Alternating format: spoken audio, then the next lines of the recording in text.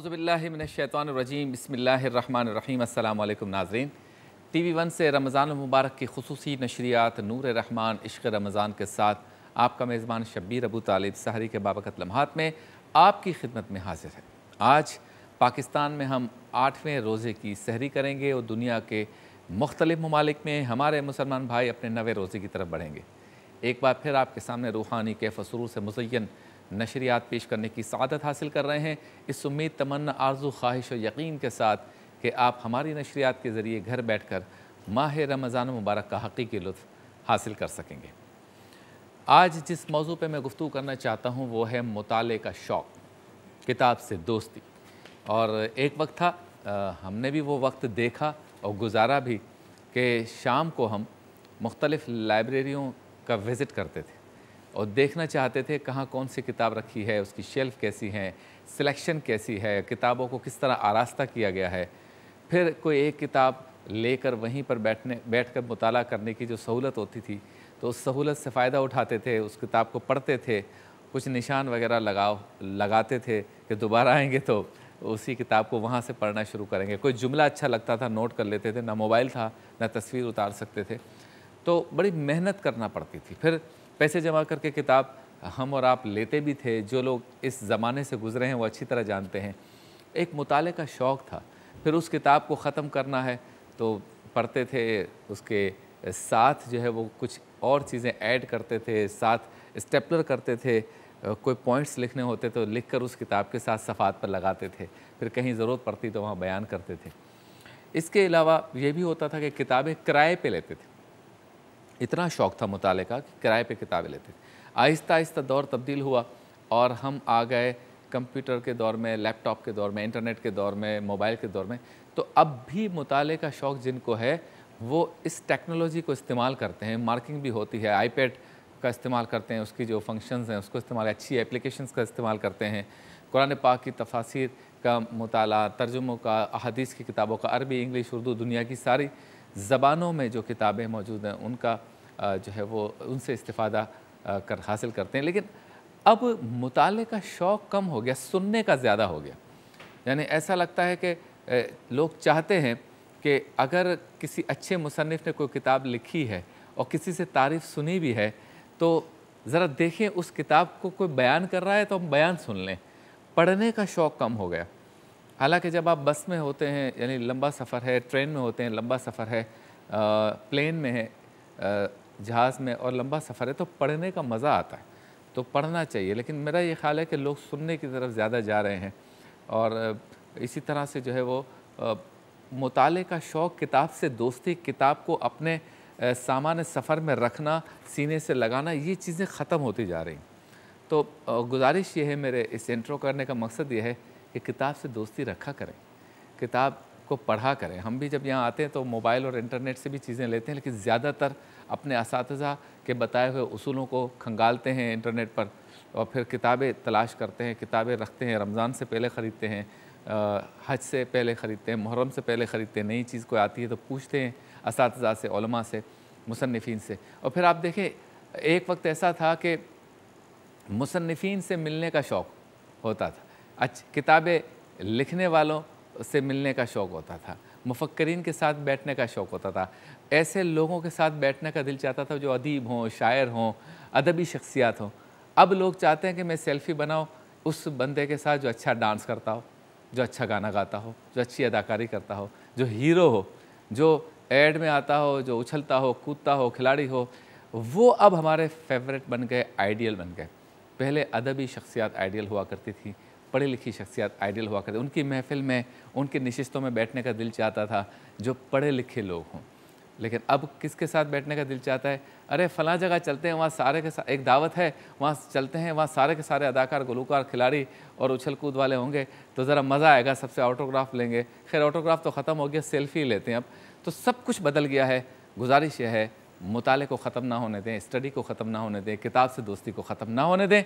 ये हमारा आज का पैगाम था और वही सीक्वेंस है कलाम इश्क, मुफ्ती इसाक मदनी साहब शुक्रान नेमत के मौजू पर कुरान पाक की एक चंद आयतों का तर्जमा, मुख्तसर तफसीर। सवाल हमारा है, जवाब आपका। मैं आज सवाल होगा, हम मुश्किल फ़ैसले करने से क्यों घबराते हैं? आलिम टाइम में सेहत और सफाई के मौजू पे गुफ्तगू होगी। मज़ेदार सहरी में चिकन बाइट और फ्रूटी कस्टर्ड, काम की बात में दुनिया की मोहब्बत, वरफ़ाना का जिक्र, मेहमान के साथ हदायत के बख्शिश की रहमतें, रूहानी गुलदस्ता, सब कुछ आप देख सकेंगे मुख्तसर से वक्फे के बाद।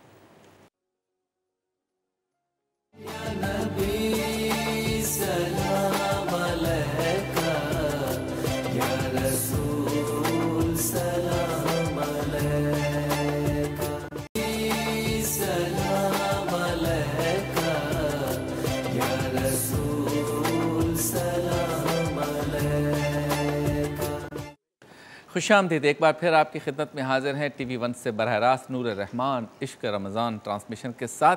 चलते हैं उस सेगमेंट की जानिब जिससे होता है हमारी नशरियात का आगाज़, यानी कुरान पाक का कि एक आयत, उसका तर्जमा और मुख्तसर तफसीर पेश करते हैं मुफ्ती मोहम्मद इसाक मदनी साहब। सेगमेंट का नाम है कलाम इश्क। बेदीनों ने कलमा पढ़ा, ला इलाहा इल्लल्लाह। जी मुफ्ती साहब, आज मौजू है शुक्राने नेमत, क्या कहेंगे? बहुत शुक्रिया। बिस्मिल्लाहिर्रहमानिर्रहीम। अल्लाह तबारक व तआला ने सूरह इब्राहीम की आयत नंबर 7 में इरशाद फरमाया, व इज़ तअज़्ज़न रब्बुकुम लइन शकरतुम लअज़ीदन्नकुम। और याद करो जब तअज़्ज़न रब्बुकुम, तुम्हारे रब ने ऐलान किया कि लइन शकरतुम लअज़ीदन्नकुम, जब तुम मेरी नेमतों का शुक्र अदा करोगे, लअज़ीदन्नकुम, मैं ज़रूर तुम्हारी नेमतों में इजाफ़ा करूँगा। वला इन कफ़रतुम, और अगर तुम नाशुक्री करोगे, इन अज़ाबी लशदीद, बेशक मेरा अज़ाब, मेरी पकड़ इंतहाई शदीद है।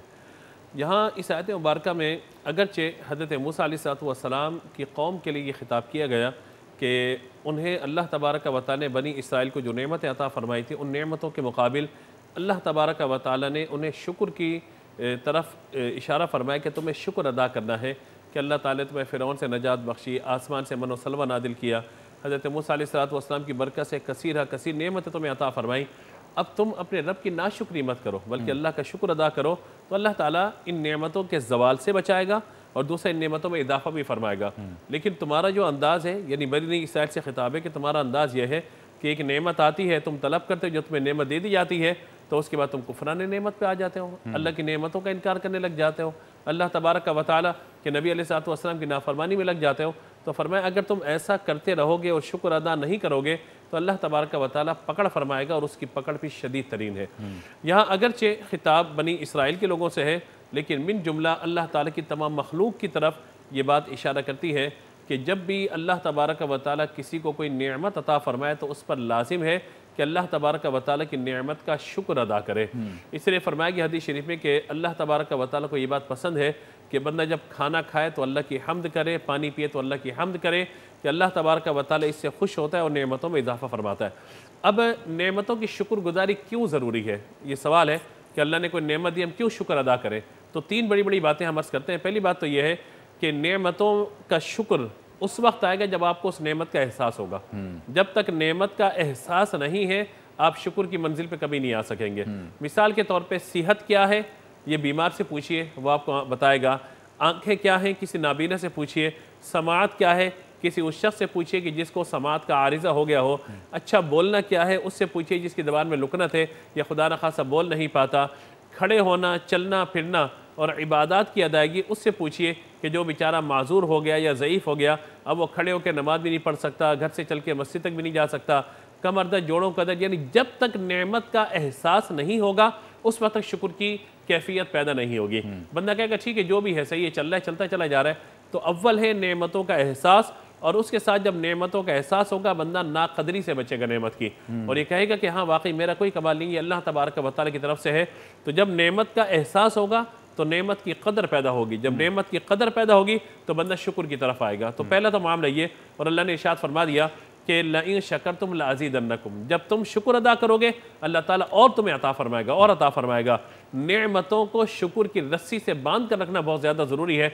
और शुक्र दो तरह से है, एक है अल्हम्दुलिल्लाह के तमाम तारीफ़ें अल्लाह के लिए, अल्हम्दुलिल्लाह कह के, और दूसरा ये है कि उस नेमत की वजह से कोई ऐसा काम न करे गुनाह का कि जिसकी वजह से नेमत छिन जाए। जैसे मिसाल के तौर पे आँख है, तो आँख किसी नाजायज़ या हराम काम की तरफ न देखे, कान किसी बुराई को न सुने, ज़बान किसी की बुराई ना करे, ये नेमतों का एहसास भी और नेमतों का शुक्र भी है। दूसरा ये कि जो शुक्र अदा करता है अल्लाह ताला अपने उन बंदों से बड़ी मोहब्बत फरमाता है। तो इसलिए बहुत ज़्यादा ज़रूरी है कि हम अल्लाह ताला की नेमतों का शुक्र अदा करें और अल्लाह तबारक व तआला के शुक्रगुजार बंदों में शामिल हो जाएं। तीसरा, नेमत का जो सबसे बड़ा फ़ायदा होता है शुक्र अदा करने का, बंदा सिरात मुस्तकीम पर रहता है, सीधे रास्ते पर रहता है, क्योंकि शुक्र अदा करने वाला अल्लाह का प्यारा, अल्लाह के महबूब का प्यारा, जब प्यारा है, पसंदीदा है, तो सीधे रास्ते ही पर रहता है। हज़रत मुआज़ बिन जबल रज़ियल्लाहु तआला अन्हु को हुज़ूर ने एक दुआ सिखाई थी, अगर वो दुआ हम भी सीख लें या अरबी में याद ना भी हो तो उर्दू में ये दुआ कर लिया करें तो इंशाअल्लाह इसकी बरकत मिलेगी। अल्लाहुम्मा आइन्नी अला ज़िक्रिका व शुक्रिका व हुस्न इबादतिक, या इलाहल आलमीन, तेरे ज़िक्र पर, तेरे शुक्र पर और इबादत पर मुझे मदद अता फरमा। यानी मैं शुक्र अदा करूँ, तेरा जिक्र करूँ, इबादत करूँ, तो इस मामले में तो मेरी मदद फरमा। ये हुज़ूर सल्लल्लाहु तआला अलैहि वसल्लम ने दुआ हज़रत मुआज़ बिन जबल को अता फरमाई थी और वो इस दुआ को पढ़ा करते थे। इसीलिए मुफस्सिरीन ने लिखा है कि अल्लाह ताला की तौफीक से जब बंदा इस दुआ को पढ़ता है तो अल्लाह ताला उसे जिक्र की, शुक्र की और उसने इबादत की तौफीक अता फरमाता है। अल्लाह ताला हमें अमल की तौफीक अता फरमाए। सुभान अल्लाह, माशाअल्लाह। शुक्राने नेमत मौजूद है। चलते हैं ब्रेक की जानिब। ब्रेक के बाद सवाल हमारा, जवाब आपका। और आज का सवाल है, हम अक्सर मुश्किल फ़ैसले करने से क्यों घबराते हैं। मुलाकात होती है मुख्तसर से वफ़े के।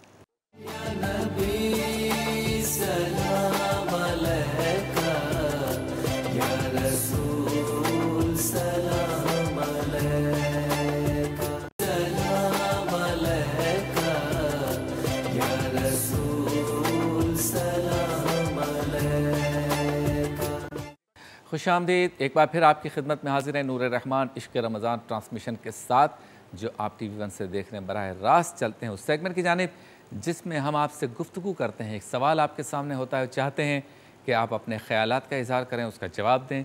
सेगमेंट का नाम है सवाल हमारा, जवाब आपका। मेरा सवाल न टाले, बहुत उदास हूँ मैं। सवाल यह है कि हम अक्सर मुश्किल फ़ैसले करने से क्यों घबराते हैं।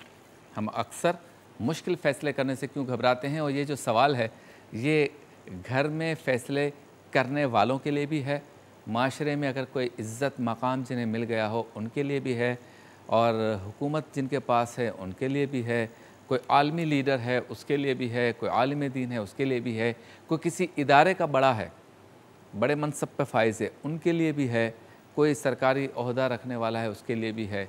सबके लिए ज़िंदगी में ऐसे मौक़े ज़रूर आते हैं, हर आम आदमी से लेकर ख़ास आदमी तक, कि कोई ना कोई मुश्किल फ़ैसला करना पड़ता है। अब हम अक्सर क्यों घबराते हैं मुश्किल फ़ैसला करने से। जो कुछ मेरा मुशाहिदा मैं आपके सामने रखता हूँ और आप भी अपनी बात कर सकते हैं। टेलीफोन लाइन्स हमारी खुली हैं। सबसे पहला मामला जो होता है वो होता है होमवर्क का। जब आपको कोई डिसीजन लेना हो, फ़ैसला करना हो, तो अक्सर वो लोग ज़्यादा परेशान होते हैं जिनके पास फ़ैसला करने के लिए कोई होमवर्क नहीं होता। यानी अगर किसी मामले पर फ़ैसला करना है कि ये करना चाहिए, ये करना चाहिए या ये करना चाहिए, तो जब होमवर्क ही नहीं होगा तो आपको कैसे पता चलेगा कि इस बात को मानने से या ये चॉइस को अपनाने से क्या फ़ायदे नुकसान होंगे, इसको अपनाने से क्या फ़ायदे नुकसान होंगे और इसको अपनाने से क्या फ़ायदे नुकसान होंगे। तो पहली बात यह है कि जब भी आप या हम कोई फ़ैसला करने के लिए बैठें तो हमारे पास एक पिक्चर सामने होनी चाहिए, उसका बैकग्राउंड पता होना चाहिए, उस मामले का सारा होमवर्क होना चाहिए, ताकि फ़ैसला मुश्किल हो तो करने में आसानी हो। दूसरा सबसे बड़ा मसला जो आता है वो आता है कि पर्सनैलिटी का। बाज़ लोग होमवर्क भी अच्छा रखते हैं और बात भी अच्छी कर लेते हैं, लेकिन पर्सनैलिटी में एक कमज़ोरी होती है, शख्सियत में, आदत में, कि वो घबराते हैं मुश्किल फ़ैसला करते हुए। वो ये कहते हैं कि हम अपनी ज़िंदगी को आसान रखें और कोशिश करें कि झमेलों से बचें, इम्तिहानात से बचें, मुश्किल फ़ैसलों से बचें, तो वो आसान ज़िंदगी गुजारते हैं। ऐसे लोग डरे रहते हैं। और याद रखें कि आप डर तो रहे हैं आदतन, लेकिन अगर ज़िंदगी में कोई ऐसा मोड़ आ गया कि जहाँ पे मुश्किल फ़ैसला करना हो और आपने अपनी शख्सियत को मज़बूत नहीं किया, इरादों को मज़बूत नहीं किया और हमेशा बुझे से रहे, तो उस वक्त आप क्या करेंगे। जब आपके घर का फ़ैसला हो, ख़ानदान का फ़ैसला हो, ज़ात का फ़ैसला हो, कैरियर का फ़ैसला हो, मुस्तक़बिल का फ़ैसला हो, तो इसलिए अपनी शख्सियत को मजबूत करना चाहिए, मुझे और आपको, हम सबको। और इसके लिए हमें बुज़ुर्गों के अक़वाल, उनकी कामयाब लोगों की ज़िंदगी के हालात को पढ़ना चाहिए कि उन्होंने मुश्किल वक्त में क्या क्या फ़ैसले किस किस तरह से किए। तीसरा एक अहम मसला है दिल का कमज़ोर होना। पर्सनैलिटी तो ठीक है, दिल भी कमज़ोर होता है। बाज़ लोग जो है वो छोटे छोटे से ख़तरात के मामले पे भी बहुत ही ज़्यादा अपने दिल को कमज़ोर रखे हुए हैं। यानी ख़तरा इतना बड़ा नहीं होता, उस मुश्किल फ़ैसले को करने के जो सर्कमस्टांसेस होते हैं वो इतने ज़्यादा मुश्किल नहीं होते, लेकिन चूँकि दिल बहुत कमज़ोर होता है और छोटी छोटी सी मुश्किल पे वो डर जाते हैं, घबरा जाते हैं, तो हमें थोड़ा सा दिल को भी मजबूत करना चाहिए। आजकल जिस दौर से हम गुज़र रहे हैं, ख़वातीन हो या मर्द हो, बहुत ज़्यादा दुनिया खुल के सामने आ गई है। एक रूम में बैठ के भी आप पूरी दुनिया को देख रहे होते हैं।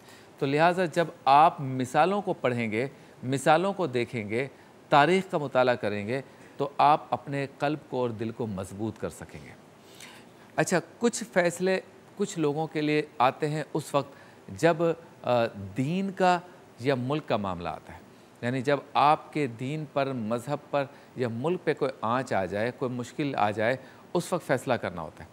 ये एक बहुत बड़ा इम्तिहान होता है, क्योंकि वहाँ आप लीडर होते हैं, और लीडर जब फ़ैसला करता है, एक मुसलमान लीडर जब फ़ैसला करता है, तो उसको मुश्किल फ़ैसले से वो ना घबराए। उसके लिए सबसे पहले ये करना पड़ता है कि अल्लाह पर तवक्कुल करना होता है।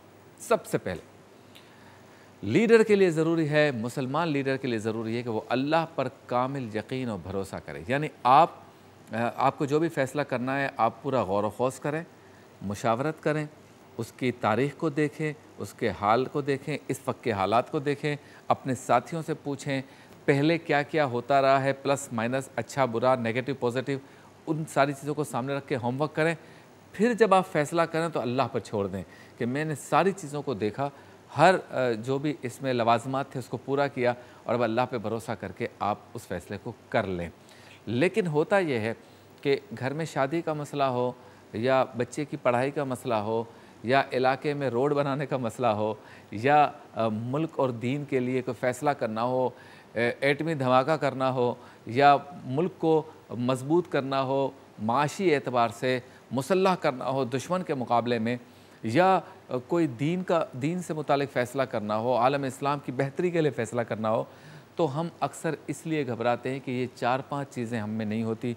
दिल कमज़ोर है, पर्सनैलिटी का प्रॉब्लम है, अल्लाह पे तवक्कुल या भरोसा नहीं है, या मुकम्मल होमवर्क नहीं होता, मुशावरत की आदत नहीं होती, तो फिर आप मुश्किल फ़ैसले करने से घबराते हैं। मुश्किल फ़ैसले करने के लिए ज़रूरी ये होता है कि बंदे को ये लगे, इंसान को ये लगे, हमें ये लगे कि हमारे साथ लोग हैं, और लोग आपके साथ तब शामिल होंगे जब आप लोगों को इज़्ज़त देंगे, उनसे मुशावरत करेंगे, और अंदर आपको ये महसूस तब होगा कि आपके साथ कोई ना कोई है, जब आपका अल्लाह पे ईमान होगा। जब बंदा ये सोच लेता है कि मेरे साथ मेरा अल्लाह है और मैं अपने रब से कनेक्शन को मजबूत किए हुए हूँ, तो फिर अल्लाह उसकी मदद भी करता है और फ़ैसले भी अच्छे होते हैं। चलते हैं ब्रेक की जानिब। ब्रेक के बाद आलिम टाइम में हमारी मुलाकात होगी उलमाए कराम से मुख्तसर से वक़्फ़े के बाद।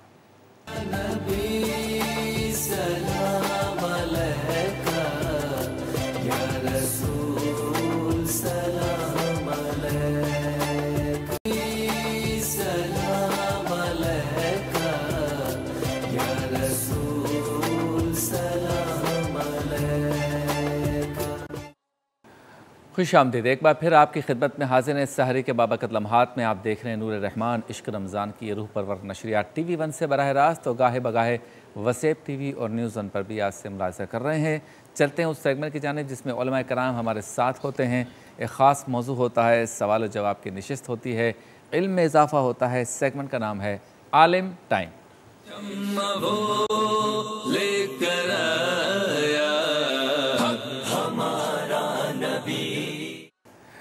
आज का हमारा मौजू है सेहत व सफ़ाई, यानी सेहत व सफ़ाई के मौजू पे हम गुफ्तगू करेंगे। मौजूद है हमारे साथ आपके हमारे हम सब के मोहतरम व मुकरम हज़रत अल्लामा पीर सैयद मुज़फ़्फ़र शाह क़ादरी साहब। अस्सलाम वालेकुम शाह साहब, बहुत शुक्रिया, आप तशरीफ़ लाए। इनके साथ मौजूद हैं एक और ख़ूबसूरत अंदाज़ में गुफ्तगू करने वाले जनाब मुफ्ती मोहम्मद इसहाक़ मदनी साहब, आपको भी अस्सलाम वालेकुम।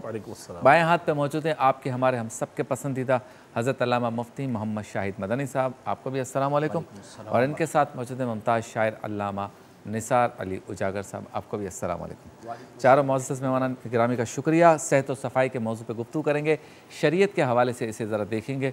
वैसे तो ये मौजू समाजी भी है, माशरती भी है, माशी भी है, लेकिन शरीयत के हवाले से इसको परखने की कोशिश करेंगे। शाह साहब, क्या कहेंगे, हमारे दीन में सेहत और सफ़ाई की कितनी अहमियत है? बिस्मिल्लाहिर्रहमानिर्रहीम, रब्बि इश्रह ली सदरी व यस्सिर ली अमरी वहलुल उक़दतम मिन लिसानी यफ़क़हू क़ौली।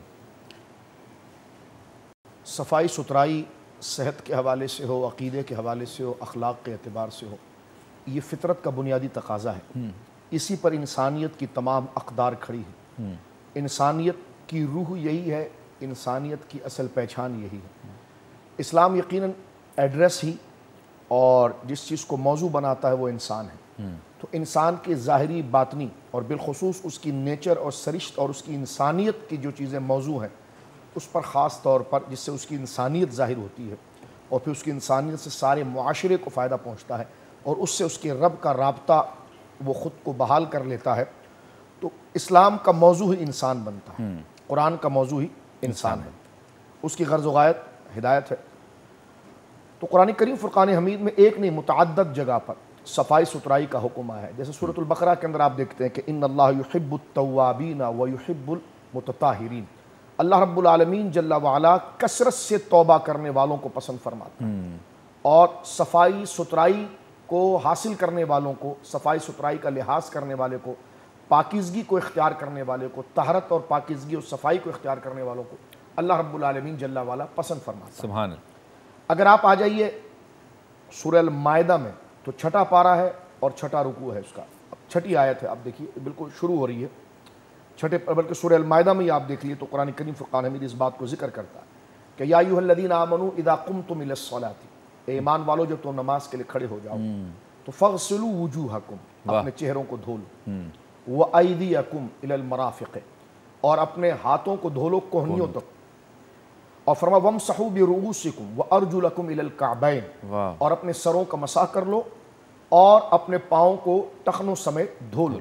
फिर इसके बाद आगे इस तहरत के साथ साथ हर यानी गुस्ल की तहरत और जिन चीज़ों से गुस्ल वाजिब हो जाता है और बंदे के साथ शब व रोज़ होने वाले मसाइल, कभी वो सफ़र की हालत में है, कभी उसको पानी दस्तयाब है कि नहीं है, तो उन तमाम चीज़ों को कुरान करीम फ़ुरक़ान हमीद ने सूरह अल माइदा के अंदर तरतीब के साथ तहरत के दोनों तरीक़े, चाहे वो पानी के साथ हो, चाहे वो मिट्टी के साथ हो, चाहे वो पानी के साथ हो, चाहे वो तयम्मुम के साथ हो, इसकी तरतीब को पूरी तफसील के साथ कुरान मजीद ने सूरह अल माइदा के अंदर जिक्र कर दिया है कि कभी यानी तहरत को इतना मौजू रखा गया है और तहरत और पाकीज़गी को इख्तियार करने को इतना बड़ा दर्जा दिया गया है कि बज़ाहिर जो पानी से हम सफाई हासिल करते हैं, पाकीज़गी हासिल करते हैं बदन की, तो अगर वो दस्तयाब ना हो तो फिर ख़ास खुसूसियत के लिए तयम्मुम के अहकाम को भी अल्लाह रब्बुल आलमीन जल्ला वाला ने नादिल फरमाया है तहरत के लिए। वाह। अब अगर आप आ जाएं, ये तो एक शरई ज़ाब्ते के हवाले से मैंने आपकी खिदमत में जिक्र किया। हज़रत सईद बिन मुसय्यब रज़ी अल्लाह तआला अन्हु से एक रिवायत मिलती है हमें मिशकात शरीफ में। ये सईद बिन मुसय्यब रज़ी अल्लाह तआला अन्हु से ये रिवायत जो है वो मक़तू भी है क्योंकि ताबई है, वो भी मिलती है, और एक रिवायत हमें मरफू भी मिलती है। उसमें ये फरमान है कि इन्नल्लाह तय्यिबुन युहिब्बुत तीबा, अल्लाह रब्बुल आलमीन जल्ला वाला पाक है, पाकी को पसंद फरमाता है। नज़ीफ़ुन युहिब्बुन नज़ाफ़ा, वो अपने फरमान में और अपने फ़ैल में वो सुथरा है और इसी तरह वो बंदे के अंदर ज़ाहिरी और बातनी सफाई को पसंद करता है। माशा। करीमुन युहिब्बुल करमा, वो आला अखलाक रखता है और आला अखलाक रखने वालों को पसंद फरमाता है। वो दरगुजर करने वाला है, दरगुजर करने वालों को पसंद फरमाता है। और इसका जामे लफ्ज़ जो अरबी के अंदर है जो हज़ार माने निकलते हैं कि वो करीम है, करम को पसंद फरमाता है। क्या बात। वह जवादुन युहिब्बुल जूदा, समझाने के लिए इसका एक माना करते हैं कि वो सखी है, फयाज है। असल में तो वो जवाद है, लेकिन एक माना उसके लेने के लिए ज़ाहिरी शक्ल में कि वो सखी है और वो खैरात को तकसीम करने वाला है, और इसी तरह वो अपने बंदे के अंदर इसी सिफत को देखना चाहता है। फिर इस अल्फाज को अगर मरफू ले लें तो ये तमाम तरतीब के साथ जो एक एक सिफत शान इलाही की जिक्र की गई है उसमें हज़रत सईद बिन मुसय्यब का ये कौल और एक रिवायत के मुताबिक मरफू ये कौल कि फरमाया गया कि अपने घरों के सहनों को पाक रखो। यहूद क्योंकि नापाक से ताहरत को पसंद नहीं करते, बदन से बदबू है, तो नाखून बड़े हुए हैं घरों में, तो घर उनका गंदा है, तो शरीयत मुतहरा ने इस चीज़ को पसंद नहीं फरमाया। अब अगर थोड़ा से अगर आप आगे देखें तो नबी पाक सल्लल्लाहु अलैहि वसल्लम मस्जिद में जलवागर हैं, ठीक, और एक शख्स मस्जिद में दाखिल हुआ, और मैं और आप सिर्फ इसको एक रिवायतन सुने नहीं, हम देखें कि आज हम किस तरह, यानी वो मजमा जहाँ पर एक इज्तिमा की कैफियत हो। तो इज्तिमा की कैफियत में तो ज़ाहिरी और बातनी सफाई का बहुत बड़ा लिहाज है। मसलन अगर आप नमाज के लिए आ गए हैं और हमारे बदन से बदबू आ रही है, तो चाहे हम जितना मुस्कुरा कर बात करें, तो वो एक तनफुर को पैदा करेगा और दिलों में बुग़्ज़ पैदा करेगा। तो जब मस्जिद के अंदर वो शख्स दाखिल हुआ, मैं इस रिवायत पर बात खत्म करता हूँ, शायद आपको ब्रेक लेना। तो जो बंदा दाखिल हुआ तो उसके बाल बिखरे हुए थे, दाढ़ी बिखरी हुई थी। सरकार करीम अलैहिस्सलाम ने वहीं से इशारा फरमाया, वापस हो जाओ और अपनी दाढ़ी और अपने सर के बाल जो है वो सवार कराओ। और फिर सरकार अलैहिस्सलाम ने फरमाया, जिसका खुलासा ये कि भाई ऐसा आना भी कुछ होता है कि अन्नहु शैतान, कि ऐसा बंदा आए कि वो चेहरे से भूत लगे, चेहरे से गोए के परीत लगे, एक अजनबी लगे। तो सरकार ने उधर फरमाया कि अन्नहु शैतान, यानी ऐसी शक्ल बना कर आओगे कि जैसे कोई भूत आता है, जैसे कोई परीत आता है, जिस तरह कोई गैर इंसान आता है। तो सरकार करीम अलैहिस्सलाम ने बनाओ, सिंगार, सफाई सुथराई पर ये बात जिक्र फरमाया। क्या बात है, सुभान अल्लाह सुभान अल्लाह। चलते हैं एक मुख्तसर से वक्फे की जानिब।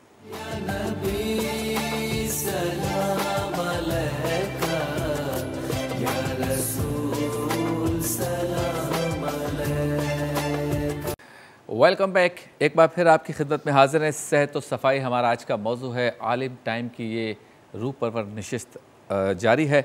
अच्छा मुफ्ती शाहिद साहब, ये बताएं कि मुज़फ़्फ़र शाह साहब ने शरीयत में किस तरह से सेहत और सफाई का जिक्र है, बात है, पाबंदी है, उसका जिक्र फरमाया। इबादात में सफाई के मामले पर क्या कहेंगे आप? बिस्मिल्लाहिर्रहमानिर्रहीम, हुवल क़ादिरु हुवल हक़्क़ु हुवल मुईन। बहुत शुक्रिया। तहारत, सफाई, सुथराई, नज़ाफ़त अहम तरीन मौजू है इस्लाम के मौज़ूआत में से, और कुरान करीम फ़ुरक़ान हमीद के 20 मकामात पर हुक्म तहारत मिलता है। कुरान में अल्लाह ने फरमाया, फ़ीही रिजालुन युहिब्बूना अन यतत्तहरू वल्लाहु युहिब्बुल मुत्तहिरीन, कि कुछ लोग वो हैं जो सुथरा रहने को पसंद करते हैं और अल्लाह तबारक व तआला भी सुथरा रहने वालों को पसंद फरमाता है। सही।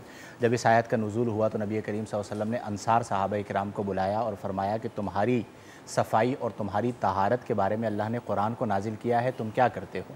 तो अर्ज़ की, या रसूल अल्लाह, हम नमाज के लिए वज़ू करते हैं, जनाबत से गुस्ल करते हैं और हम पानी से इस्तिंजा करते हैं। तो नबी करीम सल्लल्लाहु अलैहि वसल्लम फरमाया, यही वो तहारत है जिसे अल्लाह पसंद फरमाता है। जैसा कि क़िबला शाह साहब ने आदि तहारत का जिक्र फरमा दिया, बकिया मैं उसके चंद पहलू जिक्र कर देता हूँ। अब बुनियादी तौर पर तहारत जो है ये करुमा यकरुमु से मस्तर है, ताहुरा यतहुरु तहारतन। इसकी दो किस्में हैं, तहारत मानविया और तहारत हिस्सिया। फिर तहारत मानविया की दो किस्में हैं, मानविया सुगरा और मानविया कुबरा। जो मानविया कुबरा है उसकी तरफ क़िबला शाह साहब ने इशारा फरमाया। अक़ाइद के हवाले से मुतकल्लिमीन उस पर गुफ्तगू फरमाते हैं कि अक़ाइद की जो बुराई है उससे तहारत को हासिल करना ये मानवियत कुबरा है। चूँकि अक़ीदा दुरुस्त होगा तो अमल का नफ़ा होगा। मानवियत सुगरा का ताल्लुक़ सूफिया के साथ यूँ है कि जो दिल में बुराइयाँ पाई जाती हैं उनसे दिलों को पाक करना। और उसके बाद जो तहारत हिस्सिया है जो आपका मौजू है, ये फ़ुक़हा का मौजू है। फिर इसके अंदर एक तो तहारत हिस्सिया इस एतबार से है कि हदस से बंदा पाक हो, यानी बावुज़ू हो, बागुस्ल हो, और तहारत हिस्सिया दूसरा इस एतबार से है कि नजासत से बंदा पाक हो, यानी उसके जिस्म पर, मादी चीज़ों से जिस्म पर या उसके लिबास पर कोई नजासत ना हो। नबी करीम अलैहि अफ़दलुस सलाती व तस्लीम ने फरमाया, मशहूर हदीस मुबारक है कि अब तहूरु शतरुल ईमान, तहारत ईमान का जुज़ है, ईमान का हिस्सा है या ईमान का निस्फ़ है। वाह, ये अहमियत के लिए बयान किया गया है कि जो मोमिन है उसका ज़ाहिर भी पाक होना चाहिए, उसका बातिन भी पाक होना चाहिए। अगर आज हम अपने माशरे में गौर करें तो दो तरह के तबक़ात हैं। बाज़ लोग सफाई सुथराई के मामले में मगरिब से मुतासिर नज़र आते हैं कि बड़ी सफाई सुथराई, बड़ा घर साफ़ सुथरा। ये याद रखें कि मिट्टी का घर भी सुथरा हो सकता है, यानी सफाई सुथराई का ताल्लुक जो है वो लग्जरियस लाइफ से नहीं है। लोग कहते हैं कि जी हमारे पास जब 2 करोड़ का घर आएगा, बड़ा घर होगा, मासियाँ काम के लिए रखेंगे तो तहारत होगी। सहाबाए किराम के दौर में तहारत थी और मिट्टी के घर हुआ करते थे। इसका ताल्लुक आपकी ज़ात के साथ है कि आप में नज़ाफ़त का मिजाज कितना है। हमारी जो अवामुन्नास है, आम लोग हैं, मैं उनकी बात कर रहा हूँ, उन्हें ये चाहिए कि अक्सर बावुज़ू रहें। इस वज़ू के अंदर अल्लाह ने एक ऐसी नेमत और एक ऐसा असर और एक ऐसी रूहानियत रखी है कि जो बंदा बावुज़ू होता है उसका क़ल्ब गुनाहों की तरफ माइल नहीं होता। और वो एक ख़ास हिसारे नूरानियत में होता है। तो आवाम को चाहिए कि इस एतबार से रहें। दूसरा पहलू मैं मजहबी तबक़ात के हवाले से अर्ज़ करना चाहूँगा। मैं अक्सर मसाजिद और मदारिस के हवाले से मिसाल देता हूँ कि हमारी मस्जिदों और हमारे मदरसों में निज़ाम तहारत वैसा होना चाहिए जैसा कि हरमैन शरीफ़ैन में। वहाँ के वज़ू खाने आप देखिए, वहाँ के गुस्ल खाने आप देखिए, इस्तिंजा खाने आप देखिए, बार बार सफाई। हमारे यहाँ क्या होता है कि एक परसेप्शन बन गया है मजहबी तबक़ात के हवाले से कि मसाजिद में बड़ी बड़ी मस्जिदें होती हैं लेकिन वहाँ के इस्तिंजा खाने में आप जाएँ तो आपको बुरा हाल मिलता है, वहाँ पे वज़ू खाने पे आप जाएँ तो बुरा हाल मिलता है। तो जब आप चंदा भी कर रहे हैं, आपके पास दुकानों का किराया भी आ रहा है, आपके पास पैसा भी आ रहा है, तो आप 2 अफराद मुकर्रर कीजिए ना कि जो बिल्कुल मस्जिद को साफ़ सुथरा रखें। मस्जिद के मामले के अंदर या मदरसों के मामले के अंदर इवन बास तो मैंने बड़ी बड़ी खानकाहें क़िबला शाह साहब देखी कि उनके जो पर्सनल रूम हैं, बड़े बड़े गद्दी नशीन हैं, वहाँ आप जाएँ तो आप हैरान हो जाएंगे कि मैं जो है वो एक बड़े बंगले के अंदर और बड़ी जगह पे आ गया, लग्जूरियस। और बाहर जो मुरीदों को जिस हाल में बिठाया हुआ है उसे आप देखें तो आप सर पकड़ के बैठ जाएंगे कि आप क्या कर रहे हैं। इसी तरह बाज़ जो हमारे मदारिस हैं वहाँ पर अगर आप उनके जो मतबख खाने हैं यानी जहाँ किचन जिसे कहा जाता है, खाना बनाया जाता है, वहाँ पे आप जाएँ तो आपको बुरा हाल नज़र आता है। अब हमें इन चीज़ों से अपने मातहत लोगों को निकालना होगा और ये तब होगा जब आपकी अपनी ज़ात के अंदर, जैसे घर में मिसाल के तौर पर बाप है, अगर वो नफीसुल मिजाज है, नफीसुल तबा है और उसके मिजाज के अंदर जो है वो नफासत है तो उसकी औलाद में भी वही चीज़ आती है। और अगर बाप के अंदर ये चीज़ नहीं है तो फिर औलाद के अंदर भी वही चीज़ें मुंतकिल होती हैं। तो हमारे वो मुआशरे के अफराद के जिन्हें फॉलो किया जाता है वो अपने मिजाज के अंदर तहारत को, नज़ाफ़त को, अब मिसाल के तौर पर आपने 5 वक्त नमाज़ पढ़नी है, हर बार आप वज़ू करते हैं। अब ये वज़ू कितनी बड़ी अल्लाह की नेमत है कि हर बार जब आपने वज़ू किया आप फ्रेश हो गए, फिर उस पर अल्लाह ताला आपको सवाब भी अता फरमा रहा है, उसकी वजह से आपको एक ताजगी भी मिल रही है। यानी वो जो हम कोरोना में कहते हैं बार बार हाथ धोएं, इस्लाम ने तो आपको एक ऐसा निज़ाम दिया है कि कोरोना ना भी हो तो आपकी तहारत, सफाई सुथराई। फिर आप जब मस्जिद में आते हैं तो हमारे असलाफ जब नमाज का एहतमाम किया या नमाज पढ़ने का इरादा फरमाया करते तो बड़ा एहतमाम किया करते थे, साफ़ सुथरा लिबास पहना करते थे, इत्र का इस्तेमाल किया करते थे। अब हमारे यहाँ बाज़ लोग अगर हमारे बराबर में आके मस्जिद में खड़े हो जाए तो आप यकीन कीजिए कि नमाज़ पढ़ना मुश्किल हो जाता है। उसकी वजह यह है कि पसीना बह रहा है, इत्र का इस्तेमाल नहीं है। फिर जो हमारी मसाजिद की कमेटियाँ बाज़ जगहों पे बहुत अच्छी हैं कि बड़ा ख्याल रखती हैं, लेकिन उमूमी अगर हम बात करें तो तहारत मस्जिद का उस तरह ख्याल नहीं रखती जिस तरह के ख्याल रखना चाहिए और ये बुनियादी कमेटियों का काम है। हमारे यहाँ अलमिया ये हुआ है कि कमेटियाँ अपने आप को मस्जिद का चौधरी बना लेती हैं कि जी हमने यहाँ पे निज़ाम चलाना है, इमाम क्या कर रहा है, ख़तीब क्या कर रहा है, मौज़िन क्या कर रहा है, खादिम क्या कर रहा है, कितने बजे मस्जिद खुली थी, कितने बजे बंद हुई थी। आपका ये काम नहीं है।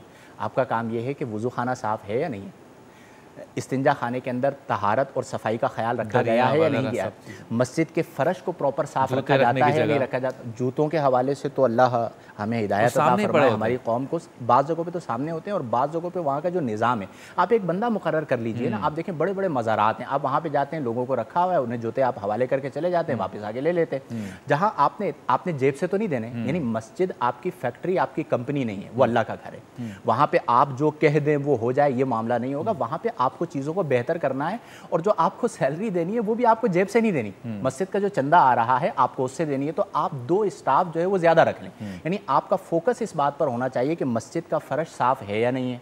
मदरसों के अंदर आप देखें जो रिहायशी मदरसे होते हैं, अगर हम अब भी उसके निज़ाम को बेहतर नहीं, हमारे यहाँ मदारिस बहुत हैं लेकिन प्रोडक्शन नहीं हो रही। कितने बड़े उलमा निकल रहे हैं, कितने मुहक्किकीन वहाँ से निकल रहे। वजह क्या है कि आपने माहौल नहीं दिया हुआ।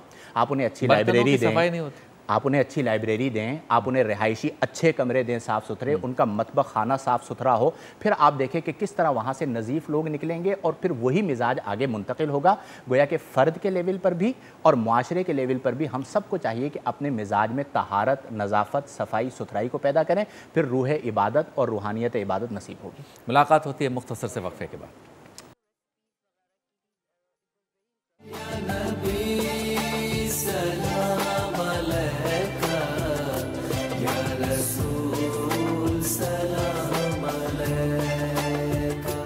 Welcome back.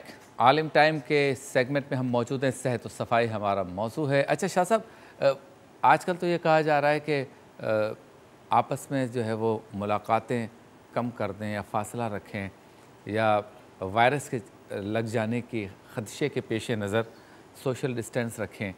तो क्या हमारे दीन में ऐसी कोई चीज़ है कि बीमारी उड़ के लग सकती है या हाथ मिलाने से लग जाएगी? या मुआनका करने से, मुसाफा करने से, सर पे हाथ फेरने से, या जो भी हमारे यहाँ क्लोज़ होने के, सफ़ के साथ चिपक के खड़े होने से, कंधे से कंधा मिलाकर खड़ा, इनसे हो सकती है?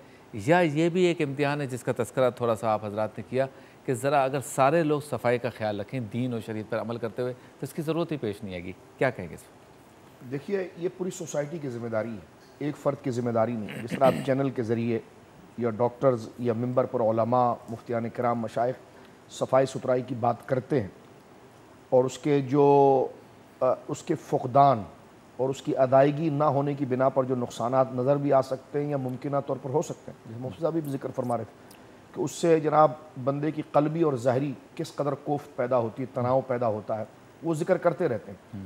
लेकिन अमली तौर पर इसके लिए सूरत हाल बनाने की ज़रूरत है, क़ानूनी तौर पर भी हो या समाजी तौर पर भी हो। हम इसको ज़्यादा गोया कि अहमियत दें और इसके ख़िलाफ़ यानी सफाई से हट कर जो हो तो हम कम से कम अपने रवैये से कम उसको उसकी मजम्मत करें। अच्छा, कि भाई तरीक़ा ठीक नहीं, माशरे के अंदर अगर गलत चीज़ को आप अपने रवैये से भी मना नहीं करेंगे तो वो चीज़ तो ख़ुद साबित हो जाएगी। तो हमारे वहाँ तो ये चीज़ भी नहीं हो पाती ना। मसलन यानी सारे ऐसे नहीं, लेकिन एक पढ़ा लिखा शख्स, एक ज़िम्मेदार शख्स, अगर वो जनाब जो है कि वो गाड़ी से कूड़ा करकट बाहर फेंक रहा हो, डस्टबिन की बजाय कोई और चीज़ कर रहा हो, बच्चे उसके सामने हरकत कर रहे हो, तो जब तक हम खुद तौर पर एजुकेट नहीं करेंगे और इस तालीमी पहलू को नहीं उठाएंगे अपने घर में या बाहर पर, और सोसाइटी में हम खुद गर्ज नहीं बनेंगे, बल्कि ये अपने बच्चों को भी तासुर देंगे, अपने माशरे को भी तासुर देंगे कि हमारे तन्हा की बका इन सब की बका के साथ। तो ये कि खुद गर्जी ना हो, इसार के साथ हो। ठीक है, मेरा घर अगर साफ़ है, मसलन देखिए कि 4-4 करोड़ के फ्लैट्स हैं, 2-2 करोड़ के फ्लैट्स हैं, ठीक है, और नीचे जनाब जो है कि वो सेवरेज का पानी बह रहा है, हम नमाज अदा कर रहे हैं, यकीनन ये लाजिम है, ज़रूरी है, लेकिन हमारी नमाज की कबूलियत इन अखलाकियात के साथ जुड़ी हुई है। अगर 500 रुपये या 1000 रुपये उस सेवरेज के काम को साफ करने के लिए दे दिया 200 की बास्केट लगा दी जाए तो ये कितना बड़ा सदका है। यकीनन जो सदकात की और चीज़ें हैं, खाना खिलाना, गरीबों की इमदाद करना, दूर दराज जाकर कुएँ खुदवाना, ये सारी चीज़ें काबिल सताइश हैं और काबिल कदर है, लेकिन उन तमाम चीज़ों की कदर के हम उसमें कितने मतीन हैं, कितने संजीदा हैं और कितना हमने वो काम मखलूक के लिए और अल्लाह की रज़ा के लिए किया है, वो हमारे कुर्ब जवार में नज़र आएगा। कि मेरे घर के आगे जो सड़क है, अगर जिनकी ज़िम्मेदारी वो नहीं करते हैं, तो मैं कम से कम वो जो अखलाकी काम या खैर के काम का जज्बा रखता हूँ और वो हर मुसलमान के लिए लाजिम है, उसके ईमान का तकाजा है, तो वो अपनी गली और अपने कूचों के बारे में क्या करता है। 4 दोस्त मोहल्ले में मिलकर जब एक गोया के पार्टी कर सकते हैं और जनाब वो खेमा लगाकर जनाब जो कि रात भर बारबेक्यू की पार्टी हो सकती है, तो 4 वो दोस्त मिलकर क्यों ना एक बंदे को हायर कर सकते हैं कि यहाँ पर नमाजी गुजरते हैं, बच्चे गुजरते हैं, लोग गुजरते हैं। तो अगर हम अपने अखलाकी तौर पर यानी गैर सियासी तौर पर अगर हम एक मोहब्बत और अपने मोहल्ले से और एक दीन का तकाजा है कि अपने मोहल्लों को साफ रखो, अपने अखलाकी जिम्मेदारी, अपने सहन को साफ रखो, और इसमें अजर है कि जनाब अगर रास्ते से गुजरने वाला कोई तकलीफ दे चीज़ मौजूद हो, उसको हटा दिया जाए तो वो उसके लिए सदका है। तो इन सदकात जो हमारे बड़े सदकात की कबूलियत का जरिया है और उसकी दलील है, तो मैं समझता हूँ कि अगर हम वाक़तन अल्लाह रब्बुल आलमीन जल्ला वाला की रज़ा के लिए काम करते हैं तो फिर हमें मस्जिदें भी साफ़ रखनी पड़ेंगी और हमें अपने मोहल्ले भी साफ़ रखने पड़ेंगे। एक बात। दूसरी बात इस हवाले से ये कि जो आपने डिस्टेंस वगैरह का जिक्र किया, तो अल्लाह रब्बुल आलमीन इस वबा से तमाम आलम इस्लाम को बिलखुसूस वतन अज़ीज़ को अल्लाह रब्बुल आलमीन महफूज फरमाए, जिस तरह अल्लाह ने पहले अपना करम फरमाया। तो वहाँ पर देखें उलमा की मुकम्मल एक टीम बैठी और एक अरसे तक आपने देखा कि जनाब कोई साल भर डिस्टेंस के हवाले से मसाजिद के अंदर भी दिगर हुआ। लेकिन अब आप देखिए कि बाज़ारों की क्या सूरत हाल है, दिगर और जगह की क्या सूरत हाल है। तो ये चीज़ें वो जो हौसला शिकनी करती हैं, अच्छाई को रोकती हैं, और गोया कि अब जब यहाँ पर ये इतलाक़ है तो फिर वहाँ पर भी इतलाक़ जो होना चाहिए। एक बात। तीसरा आपका सवाल का जवाब ये कि क्या मर्ज़ जो है वो उड़ कर लग सकता है, तो शरीयत मुताहरा में ऐसी कोई गोया कि ऐसा नहीं है कि मर्ज़ जो है वो उड़ कर लग सकता है, क्योंकि मर्ज़ जो है उड़ कर लग जाए या एक मर्ज़ दूसरे मर्ज़ को पैदा कर दे, ये चीज़ नहीं है। लेकिन हाँ, ये मुमकिन है कि एक मर्ज़ जो है कि वो किसी मर्ज़ का अल्लाह की जानिब से सबब बन सकता है। तो एहतियात में शरन कोई ममानियात नहीं है। खैर का खालिक भी अल्लाह है और शर का खालिक भी अल्लाह। अल्लाह रब्बुल आलमीन पर तवक्कुल किया जाए, लेकिन एहतियात को बरूए कार लाया जाए और ये सहाबा इकराम रिदवानुल्लाह अजमईन की ज़िंदगी मुबारका के अंदर हो, लेकिन वो एहतियात के दर्जे के अंदर हो, ये ना हो कि फिर आप उसी को मौसर समझने लग जाए और वसवसों का शिकार हो जाए। लेकिन इसका इतलाक मजमूई तौर पर हर इलाके की तरफ होना चाहिए, ताकि एक सोसाइटी के अंदर वाकई में तसव्वुर जो सफाई का है वो नज़र आए। अगर कोई गोया कि ऐसे लोग हैं जो जिम्मेदार हैं, वो खुद प्रेस कॉन्फ्रेंस कर रहे हो तो एक दूसरे के अंदर लोग शामिल हो जाएं और एक के ऊपर एक सवार होकर बात कर रहा हो और जनाब ये इतलाक सिर्फ मसाजिद और मदारिस की तरफ किया जाए, तो एक अच्छा पहलू जो आगे बढ़ना चाहिए उसमें हौसला शिकनी होती है, लोगों के तजब्जुब होता है और इस ज़ाहिरी और बातनी इख्तलाफ और गोया के तजाद की वजह से लोगों के अंदर जो अमल का जज्बा है वो फीका पड़ जाता है।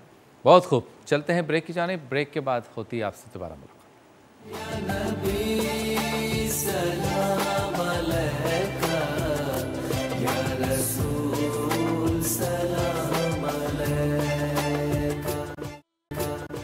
Welcome back. बहुत अहम मौजू है आलिम टाइम का और वो है सेहत और सफाई। अल्लामा उजागर साहब जी बताएं, पड़ोस में कचरा फेंक देना या बालकनी से कचरा फेंक देना या जगह जगह पान की पीक फेंक देना, ये बहुत ज़्यादा आम है, बहुत ज़्यादा। और हम लोगों में आम है, हमारे मुल्क में। हम दूसरे मुल्क में जाते हैं तो ऐसा नहीं करते। तो किस तरह से तरगीब देंगे दीनी एतबार से भी, अखलाकी एतबार से? बिस्मिल्लाहिर्रहमानिर्रहीम। अन्नज़ाफ़तु शतुल ईमान। नज़ाफ़त, तहारत, सफाई हमारे ईमान का हिस्सा है।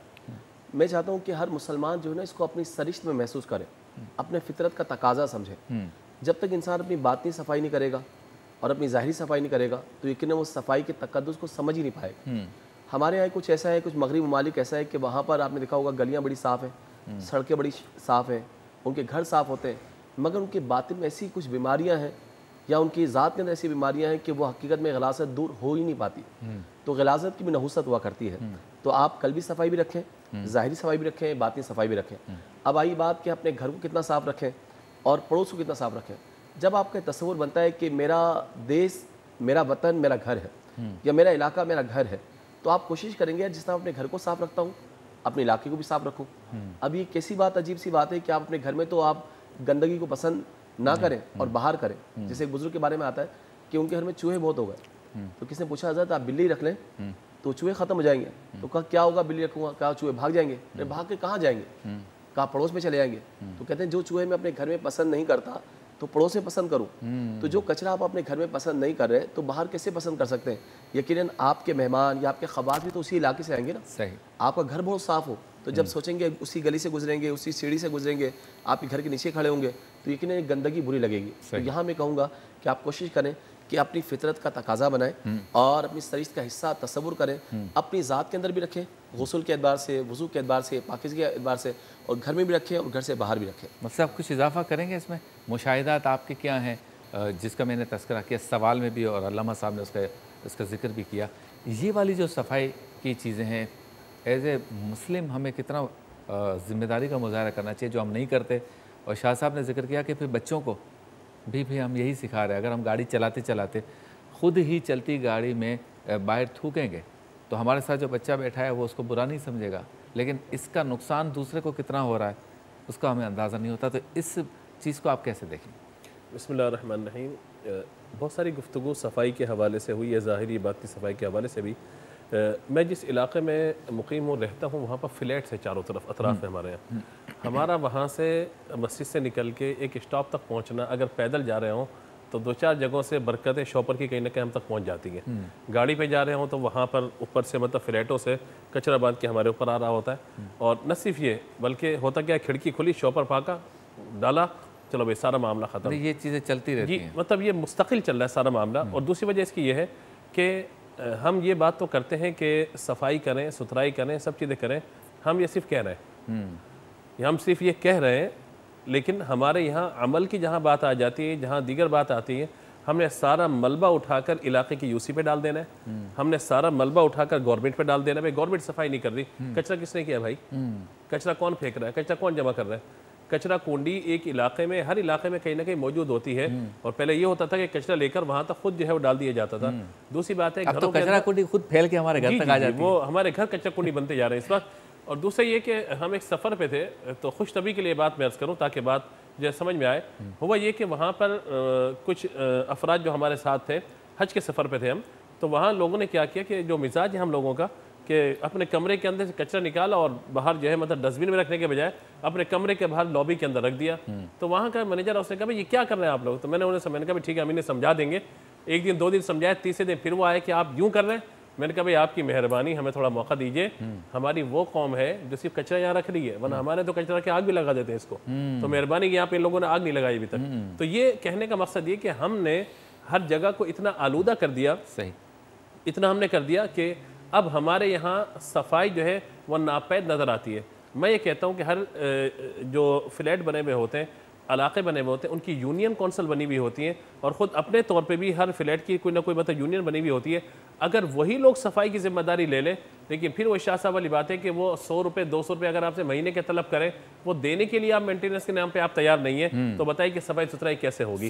तो जब ये सारे मामला नहीं होंगे तो घर भी गंदा होगा, बाहर भी गंदा होगा, हम सब भी गंदे होंगे। अच्छा मुफ्ती साहब, बाज़ जगहों पे इंतज़ाम होता है, आपने मदारिस के हवाले से और कमेटी के हवाले से मस्जिद का जिक्र किया, बाज़ जगहों पे मुंतज़िम अच्छे भी होते हैं, लेकिन हमारी आदतें या कौम की आदतें नहीं सुधरती। यानी अगर बास्केट्स रखी हुई हैं जगह जगह पे, लिखा हुआ है कि यहाँ थूकना मना है, तो हम थूकेंगे भी वहीं जहाँ बास्केट रखी है, उसके नीचे कचरा पड़ा होगा, हमने बराबर में बास्केट में नहीं डाला।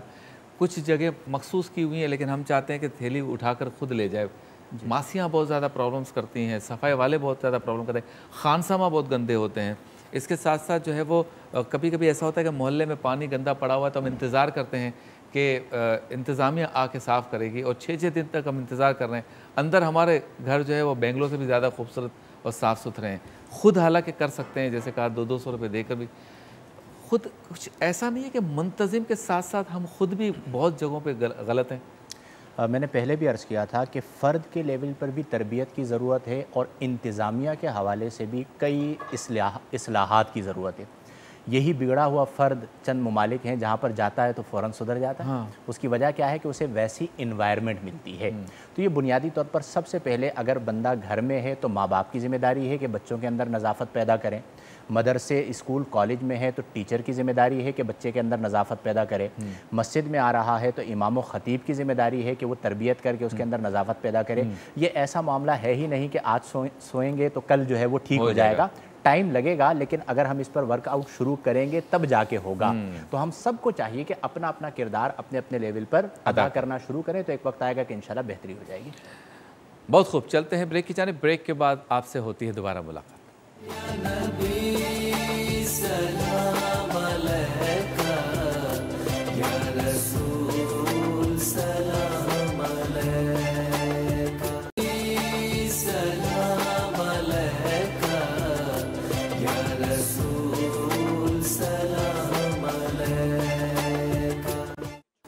खुश आमदीद, एक बार फिर आपकी खिदमत में हाजिर हैं और शुक्रिया अदा करते हैं J.Dot का, जो रोज़ाना हमारे लिए मलबूसात भेजते हैं और जितने करम फरमा हमारे इस प्रोग्राम में हमारे साथ तावन करते हैं, सबका शुक्रिया।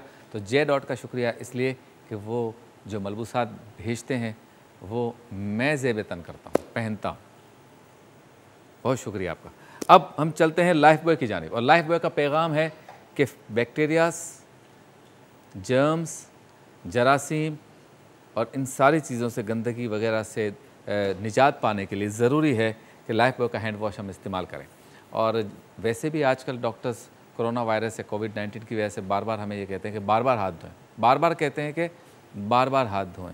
और हम जो हाथ धोते हैं नॉर्मली वो बहुत ही रस्मी कार्रवाई के तौर पर, सतही तौर पर धोते हैं। तो लाइफ बॉय का ये पैगाम है कि प्रॉपर आप अपने हैंड वॉश करें, हाथों को धोएं, और इस तरह से जैसे मैं आपको बता रहा हूँ, जो हमें बताया गया, सिखाया गया। और ऊपर आप देख सकते हैं लिखा हुआ है 99.9% जर्म्स प्रोटेक्शन। बच्चे स्पेशली जब खेलकूद से वापस आते हैं तो उन्हें ये हमें सिखाना चाहिए कि वो हाथों को अच्छे तरीके से इंडिविजुअली हर फिंगर को और नेल्स को साफ़ रखें।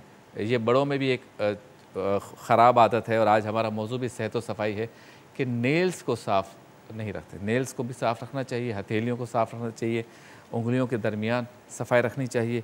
इसके बाद सबसे ज़्यादा फ़ायदा इसका जो होता है वो उनको होता है जो किचन यूज़ करते हैं या ख़वातीन जो किचन यूज़ करती हैं, खाना पकाती हैं, मीट को हाथ लगाती हैं, खाने पीने की चीज़ों को हाथ लगाती हैं, लगाते हैं, उनके लिए बहुत ज़रूरी है कि वो हाथों को साफ़ रखें, ताकि जो है वो अगर कोई जरासीम हाथों पर हो तो वो खाने पीने की चीज़ों पर ना लगे। तो चलते हैं उस सेगमेंट की जानिब जिसमें रोज़ाना हमारे शेफ़ इकबाल हमें बेहतरीन जायकेदार डिश बनाना और पकाना सिखाते हैं। इस सेगमेंट का नाम है मज़ेदार सहरी।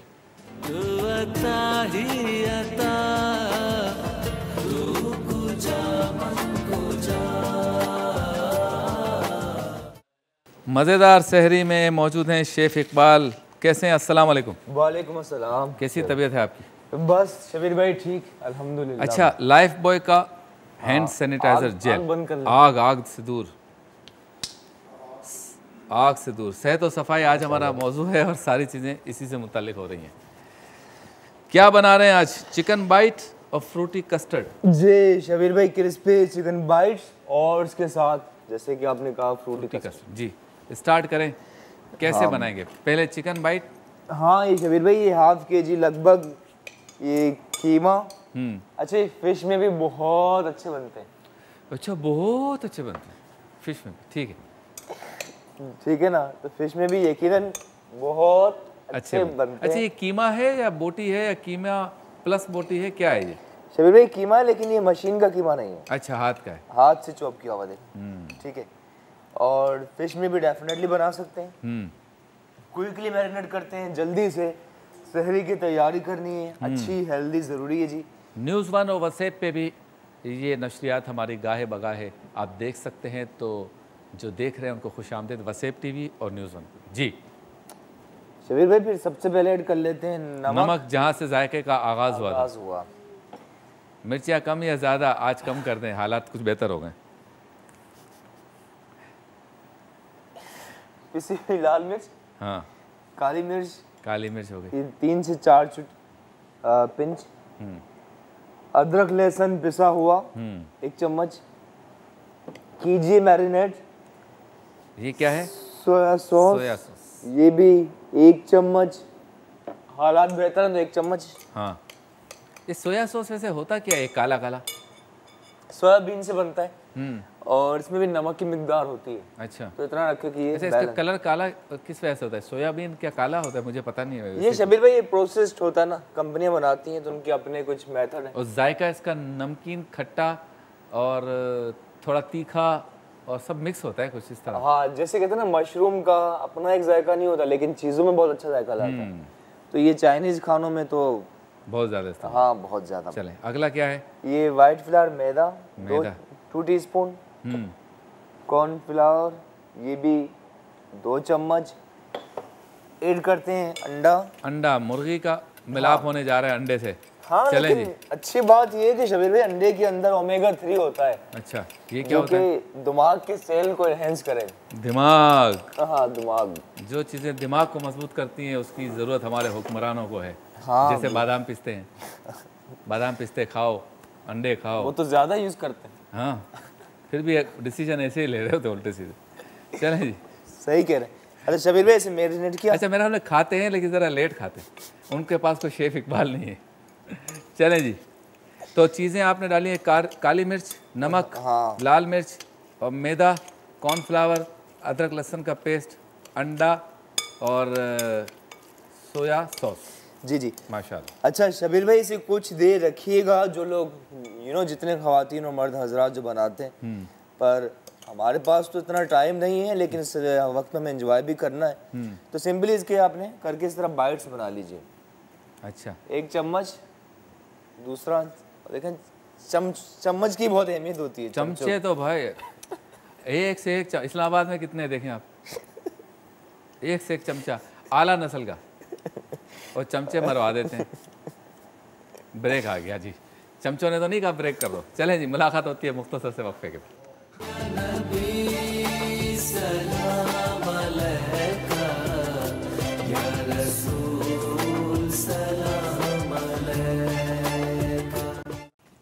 खुश आमदीद। मज़ेदार सहरी तैयार हो रही है। Crispy bites, chicken bites. जी शबीर भाई, बिल्कुल क्रिस्पी चिकन बाइट्स। जैसे आपने चमचे के ज़रिए छोटे छोटे से पीसेस कर दिए और फिर उसको तेल में डाल दिया।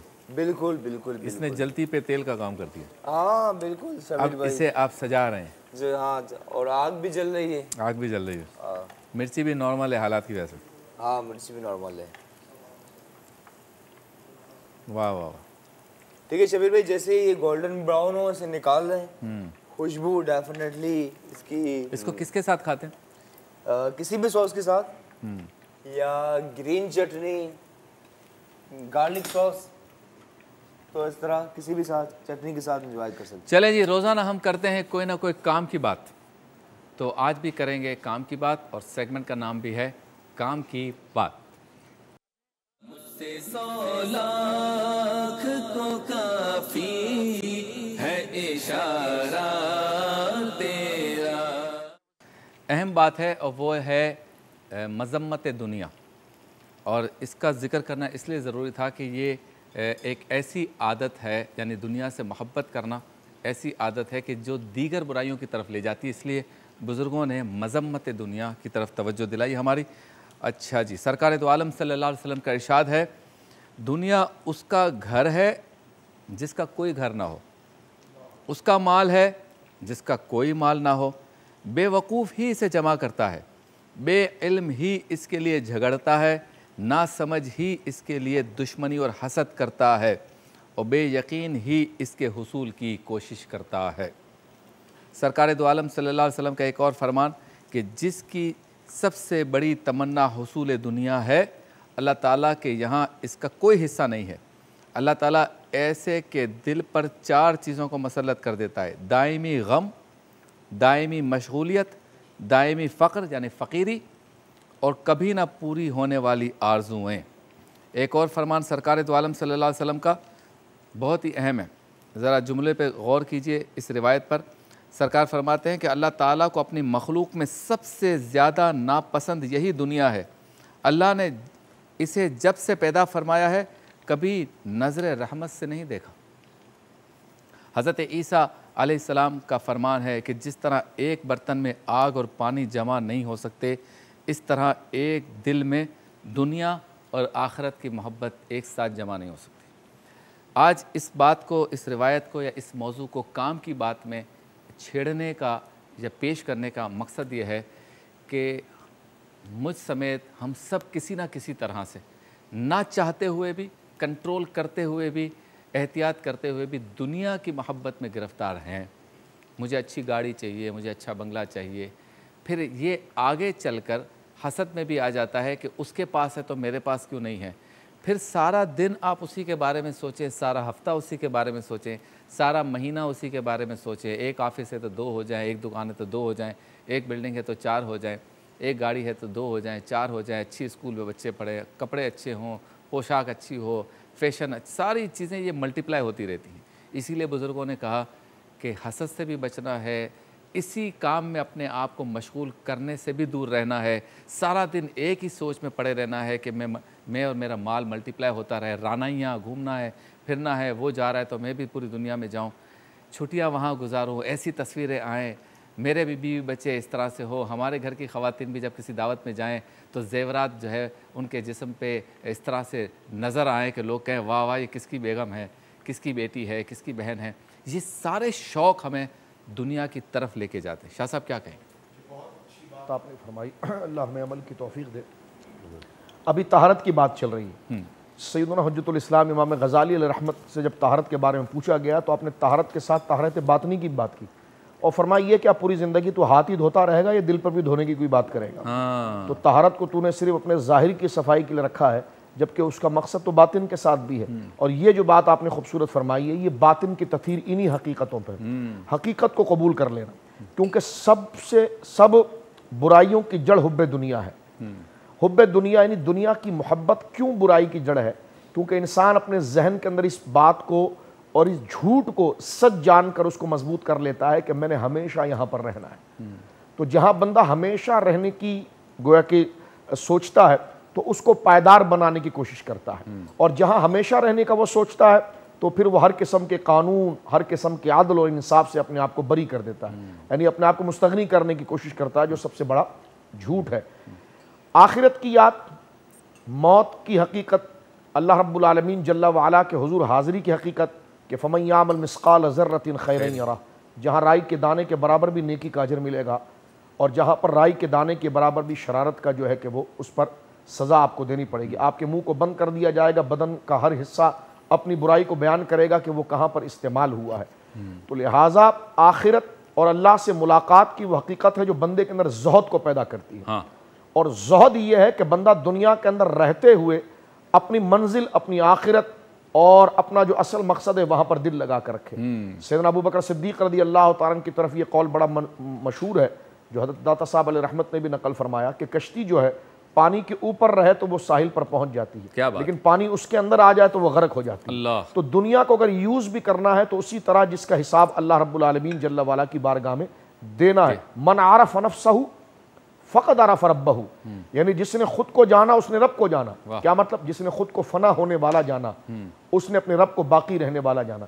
कब्रिस्तानों का रुख करना चाहिए, जनाजों में शिरकत करनी चाहिए, ऐसी मजालिस में बैठना चाहिए जहां पर जिंदगी का असल मकसद इख्तियार हो कि कमाएगा तू, खाएंगे बाद वाले और हिसाब तुझे देना पड़ेगा। अल्लाह अकबर। तो आपसे मुलाकात होती है मुख्तसर से वक्फे।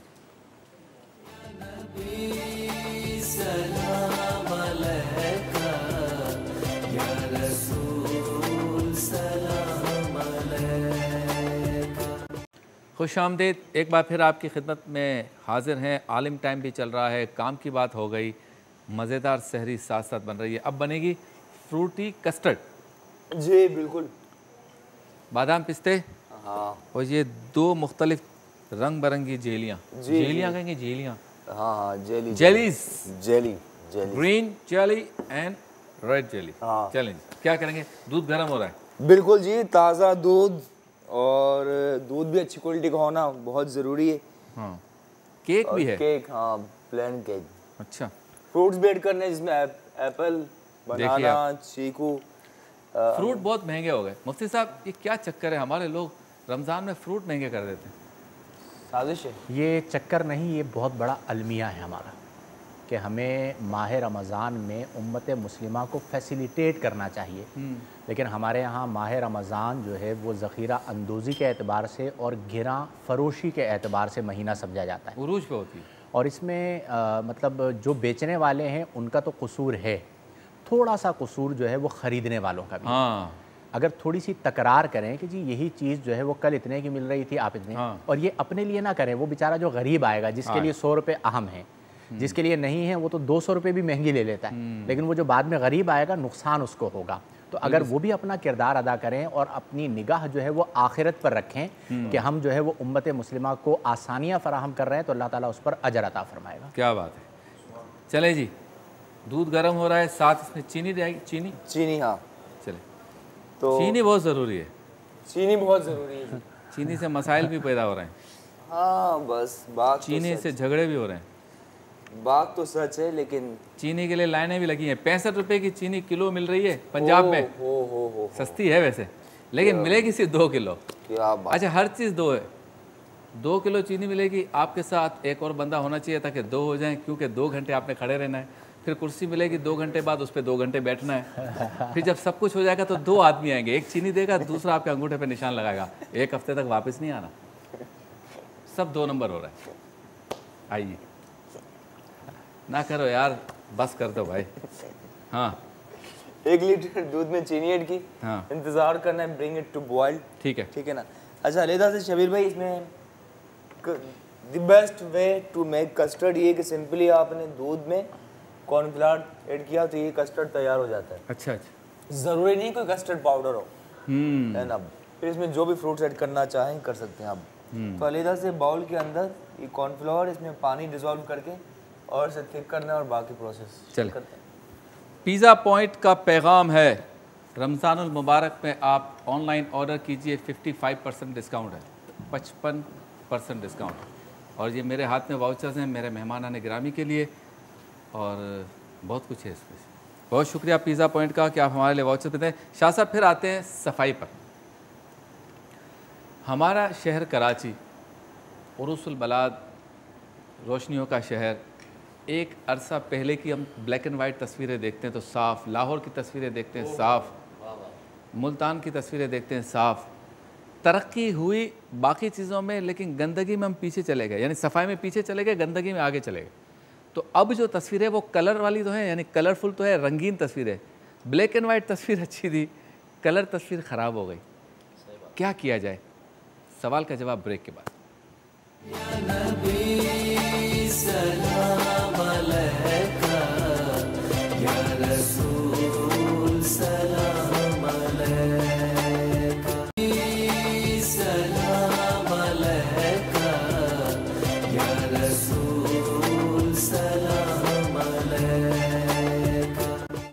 खुश आमदेद। तो चलते हैं उस सेगमेंट की जानिब जिसमें हुज़ूर पुरनूर सल्लल्लाहु अलैहि वसल्लम की बारगाह में हदिया अक़ीदत के फूल निछावर किए जाते हैं। सेगमेंट का नाम है वरफ़अना लका ज़िक्रक। या खुदा तुझसे मेरी दुआ है।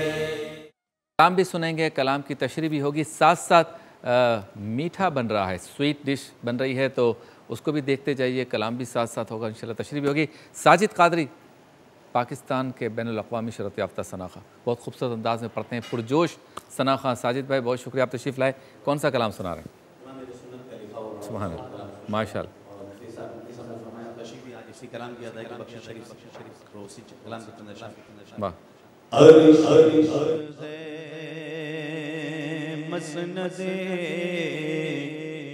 रिफ़अत रसूलुल्लाह की मसनदे रिफ़अत रसूलुल्लाह की देखनी है हश्र में इज़्ज़त रसूलुल्लाह की देखनी है हश्र में इज़्ज़त रसूलुल्लाह की। लावा रब्बिल अर्श जिसको जो मिला उनसे मिला, लावा रब्बिल अर्श जिसको जो मिला उनसे मिला। बटती है कौनैन में नेमत रसूलुल्लाह की, बटती है कौनैन में नेमत रसूलुल्लाह की। हम बिकारी वो करीम उनका खुदा उनसे वज़ू, हम बिकारी वो करीम उनका खुदा उनसे वज़ू। और ना कहना नहीं आदत रसूलुल्लाह की, और ना कहना नहीं आदत रसूलुल्लाह की। टूट जाएंगे गुनाहगारों के फौरन कैद बन, हश्र में खुल जाएगी ताकत रसूलुल्लाह की। वो जहन्नम में गया जो उनसे मुस्तगनी हुआ, अल्लाह अल्लाह। वो जहन्नम में गया जो उनसे मुस्तगनी हुआ। है खलीलुल्लाह को हाजत रसूलुल्लाह की। है रज़ा खुद साहिबे कुरआन मद्दाहे हुजूर, है रज़ा खुद साहिबे कुरआन मद्दाहे हुजूर। तुझसे कब मुमकिन है पे मिदगत रसूलुल्लाह की। देखनी है हश्र में इज्जत रसूलुल्लाह की। क्या बात है, सुभान अल्लाह सुभान अल्लाह। शाह साहब क्या कहेंगे? ये कलाम इतना मुक़द्दस और मुबारक है कि इसका हर शेर मकाम मुस्तफ़ा की बात। वाह। जनाब रसूल करीम सल्लल्लाहु अलैहि वसल्लम की शान व अज़मत का वो हसीन गुलदस्ता है कि जिस पर दफ्तर के दफ्तर नाकाफ़ी है। अल्लाह अल्लाह अल्लाह, इतना लिखा जा सकता है, इतना बोला जा सकता है। क्या बात। इसका मतलब और मक़ते में अगर आप तलाज़ुम देखें कि उधर सरकार करीम अलैहिस्सलाम के एक अजीम वस्फ़ की तरफ इशारा किया कि अर्श हक़ यानी अल्लाह रब्बुल आलमीन जल्ला वाला का जो अर्श है वो रसूल करीम सल्लल्लाहु अलैहि वसल्लम की मसनद बना। वाह वाह। कि असा यबअसक रब्बुका मक़ाम महमूदा। सूरह बनी इसराइल में अल्लाह ने फरमाया कि यकीनन हबीब हम आप इन कुफ़ार की बातों पर, इनकी अजियत पर कान न धरें, आप सब्र का मुजाहरा फरमाएं। ये आपकी कदर व शान को क्या जानते हैं। यकीनन अल्लाह रब्बुल आलमीन जल्ला वाला ने आपको बिठाना है मकाम महमूद पर। यबअसक रब्बुका मक़ाम महमूदा। और मकाम महमूद की तशरीह क्या है कि खुदा के अर्श के साथ रसूलुल्लाह की कुर्सी लगेगी। वाह वाह। बिला तशबीह बिला तमसील। और हुजूर उस पर जलवगर हो जाएंगे। और एक ये है कि अर्श पर ही हुजूर अलैहिस्सलाम जलवगर हो जाएंगे। ये हुजूर अलैहिस्सलाम के मनसब की बुलंदी है। और फिर आप देखिए कि देखनी है हश्र में इज्जत रसूलुल्लाह, यानी ये मनसब जो शफाअत कुबरा का जनाब रसूल मुकर्रम सल्लल्लाहु अलैहि वसल्लम को नसीब होगा। और फिर इतनी बुलंदी आपके मकाम और इज्जत की है। और फिर जो है वो अल्लाह रब्बुल आलमीन जल्ला वाला खुद आपकी शानों को बयान कर रहा है, आपके मकाम का दिफा कर रहा है, आपकी नामूस का दिफा फरमा रहा है। आपके लिए वरफ़ाना लका ज़िक्र इन्नल्लाह व मलाइकतुहु युसल्लूना अलन नबी के इरशाद से आपकी तारीफ और तौसीफ को अपने ज़िम्मे करम पर ले रहा है। तो मक्ते में कहते हैं ए रज़ा खुद साहिब कुरान मद्दा है हुजूर। जब अल्लाह रब्बुल आलमीन खुद आपकी शानों को बयान करने वाला है तो तुझसे कब मुमकिन है फिर मिदहत रसूलुल्लाह की। तो तेरे लिए कैसे मुमकिन है कि तू सरकार अलैहिस्सलातु वस्सलाम की तारीफ और तौसीफ के कमाल और मुकम्मल उसको बयान कर सके। और इसमें एक शेर जो है ना कि अर्श पर यानी सरकार दो आलम की इज्जत क्या है, तो फरमाया कि देखनी है हश्र में इज्जत रसूलुल्लाह। इज्जत वो एक ताजीम का मुजाहरा होता है कि जिससे लोगों के दिल झुक जाते हैं। तो ऐसी कई अहादीस मौजूद हैं। लेकिन जब रसूल करीम सल्लल्लाहु अलैहि वसल्लम का वुरूद मसऊद मैदान माशर के अंदर होगा तो मुस्लिम दारमी में है, सरकार फरमाते हैं कि 70,000 गिलमान और रिजवान और फरिश्ते मेरे गिर्द रक्स कर रहे होंगे, यतूफून अलैया, मेरे गिर्द घूम रहे होंगे और उनके चेहरे कैसे चमक रहे होंगे। सरकार फरमाते हैं ऐसे के लुअलुअ मकनून, जैसे अंधेरे के अंदर अगर जवाहिरात को फेंक दिए जाएं तो वो जैसे पूरे आलम को रोशन करते हैं, इसी तरह मेरे खुद्दाम के चेहरे चमक रहे होंगे। तो जब खुद्दाम के चेहरों का यह मकाम होगा तो सरकार का मकाम क्या होगा। और मुस्लिम शरीफ की हदीस सरकार अलैहिस्सलातु वस्सलाम फरमाते हैं यौम यरगबु इलैयल खल्क़ कुल्लुहुम हत्ता इब्राहीम, कि मैदान मैशर में हुजूर की बुलंदी का वो आलम होगा। सरकार फरमाते सारी खुदाई उमंड कर मेरे कदमों पर आएगी, कुल्लुहुम हत्ता इब्राहीम, यहां तक कि इब्राहीम को भी मेरे पास आना पड़ेगा। तो फरमा देखनी है हश्र में इज्जत रसूलुल्लाह। क्या बात है, सुभान अल्लाह सुभान अल्लाह। जी शेफ इकबाल, बहुत खूबसूरत मीठा बन रहा है, फ्रूटी कस्टर्ड तैयार हो गई है। जी जी, जल्दी जल्दी रिकैप करें। हाँ शबीर भाई, बिल्कुल हो चुका है तैयार। एप्पल, बनाना, केक, जेली, ये सभी चीज़ें ऐड करने के बाद कस्टर्ड जिसमें हमने क्रीम भी ऐड की थी, तो बच्चों के लिए भी बहुत मज़े की। आखिर में ये जामे शीरी ऑन द टॉप ऑफ, इस तरह से। वाह वाह वाह, देखने में भी खूबसूरत हो गया है।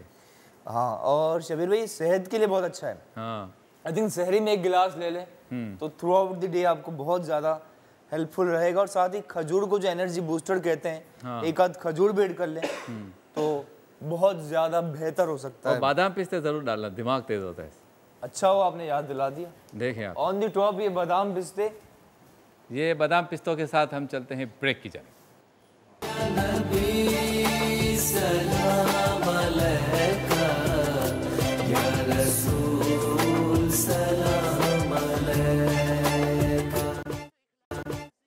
क्या खूब कलाम हमारे साजिद कादी साहब ने पेश किया और क्या खूब तशरीफ़ फरमाई शाह साहब ने। तो एक और कलाम सुनते हैं, वरफ़ाना लका ज़िक्र में हम मौजूद है। जी, या मुहम्मद नूर मुजस्सम, या मुहम्मद नूर मुजस्सम, या हबीबी या मौलाई, तस्वीर कमाल मोहब्बत, तनवीर जमाल खुदाई, या मुहम्मद नूर मुजस्सम, तेरा वस्फ़ बयां किसे,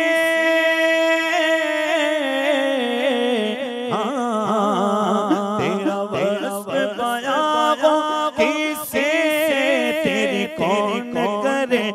बड़ाई सल्लल्लाहु तेरी कौन करेगा बड़ाई तेरा वस्फ बयां कैसे तेरी कौन करेगा बड़ाई इस गर्द सफर में गुम गए इस गर्द सफर में गुम गए जिब्रील अमीन की रसाई या मोहम्मद नूर मुजस्सम तेरी एक नजर से तालिब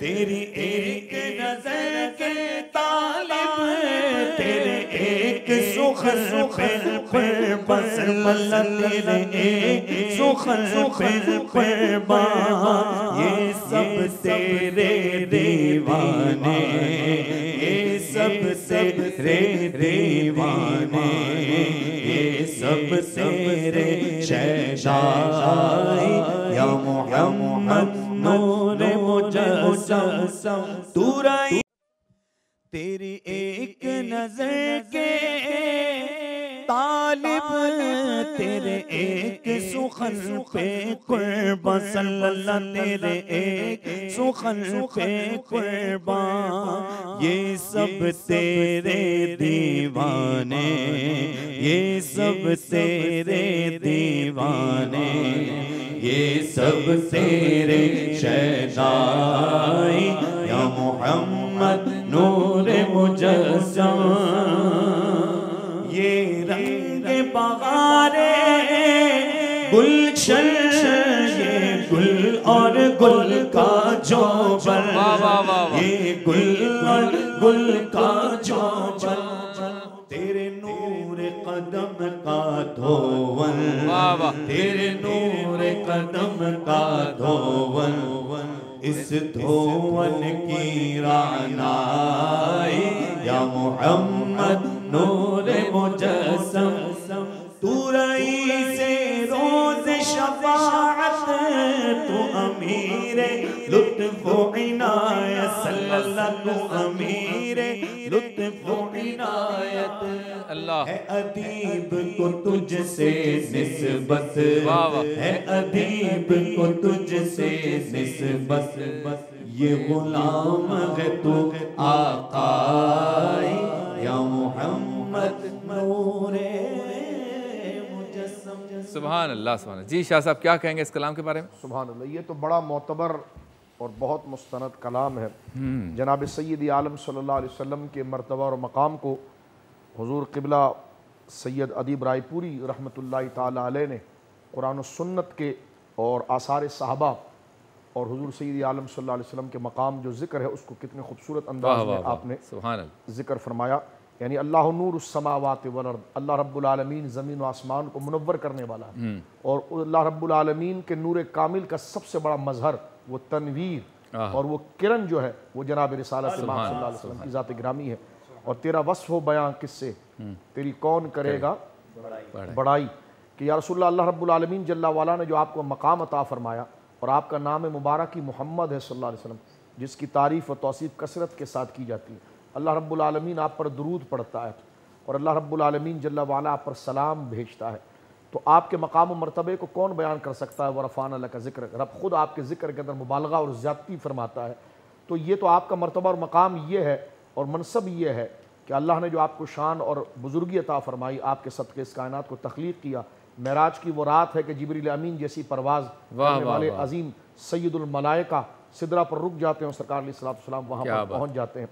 तो ये और मका शफात के तरफ इशारा फरमाया कि आप रईस रोज़े शफात, वाह वाह वाह वाह, यानी जो अल्लाह रब्बुल आलमीन की तरफ से अल्लाह के बंदों की सिफारिश जो अल्लाह की बारगाह के अंदर करेंगे उनके आप सरदार हैं। क्या बात, कैसे सरदार हैं? क्योंकि अंबिया में सबसे बड़ा रुतबा नबी पाक का है और नबी पाक के बाद हज़रत इब्राहीम का है, जिस तरह भी जिक्र किया गया था। तो इस अंदाज में कहा जाए तो यानी किस किस का नाम लिया जाए जो हुजूर के दरबार पर नहीं आए। हुजूर फरमाया हत्ता इब्राहीम को मेरे पास आना पड़ेगा, यानी सारी खुदाई आपके पास आएगी। और हुजूर अलैहिस्सलाम शफात फरमाएंगे। मुस्लिम इमाम अहमद में हदीस मौजूद है कि सरकारी करीम अलैहिस्सलाम अपनी उम्मत का इंतजार पुलिस सिरात के पास कर रहे होंगे और ये अंबिया आएंगे हुजूर के पास और कहेंगे कि आप रब के पास चलिए और रब से कहिए कि अल्लाह रब्बुल आलमीन का जलाल रहमत की तरफ माइल हो और वो अपने बंदों की मग़फ़िरत फरमाए। तो ये इजाज़त, ये इख्तियार अल्लाह ने अपने इज़्न से किसको दिया है? जनाब रसूल करीम सल्लल्लाहु अलैहि वसल्लम को दिया। तो बख्शेगा अल्लाह, लेकिन सिफारिश रसूल करीम सल्लल्लाहु अलैहि वसल्लम फरमाएंगे। किसी कहने वालों ने कहा कि क्या अल्लाह रब्बुल आलमीन नबी पाक की बख्शिश के बगैर बख्श नहीं सकता? मैंने कहा बख्श सकता है। कहा फिर? मैंने कहा लेकिन बख्शता नहीं है। कि लगे क्यों? मैंने कहा उसने तरीका बनाया ऐसा। हाँ, क्या बात है जी। मुफ्ती साहब 1 मिनट है, लाहौर की तरफ जाना है। माशाअल्लाह, बहुत खूबसूरत गुफ्तगू क़िबला शाह साहब ने फरमाई। बाज़ कलाम ऐसे होते हैं कि जो एक ख़ास कैफियत में लिखे जाते हैं और अगरचे सदियाँ बीत जाएं उनका ज़ौक़ ख़त्म नहीं होता। उन्हीं में से क़िबला अदीब रायपुरी रहमहुल्लाह का ये कलाम है, जिसे अगर आलिमाना निगाह से सुना जाए तो ये यूँ समझिए कि दिल के सैक़ल के लिए बेहतरीन कलाम है। अगर आप खलवत में इस कलाम को लगाइए और सुनिए, और नबी करीम सल्लल्लाहु अलैहि वसल्लम की वो जो फरमाया ना कि तेरी एक नज़र के तालिब, यानी सरकार दो आलम सल्लल्लाहु अलैहि वसल्लम की एक तवज्जुह मुबारक हो जाए तो दुनिया भी संवर जाए और आखिरत भी संवर जाए। यानी वो लताइफ जो बाज़ औक़ात 40-40 साल तक औरादो वज़ाइफ करने के बाद, अज़कार करने के बाद जारी होने होते हैं, सरकार की एक अदना सी तवज्जो हो जाए, यानी थोड़ी सी तवज्जो हो जाए, तो उस तवज्जो से बंदा आलम नासूत से निकल कर आलम हाहूत और आलम लाहूत। क्या बात है। लाहौर और इसके मज़ाफ़ात में इंतहाई सैर का वक्त हुआ चाहता है। दाता के नगर में रहने वाले अपने 8वें रोज़े की सहरी करेंगे। आपसे मुलाकात होती है मुख्तसर से वक्फे के बाद।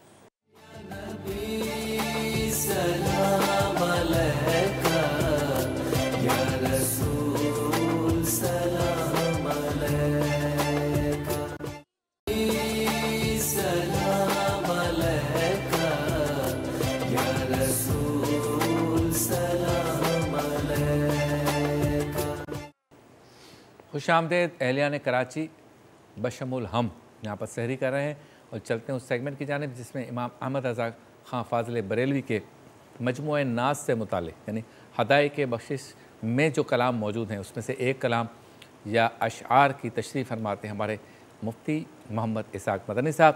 सेगमेंट का नाम है हदायक़ बख्शिश की रहमतें।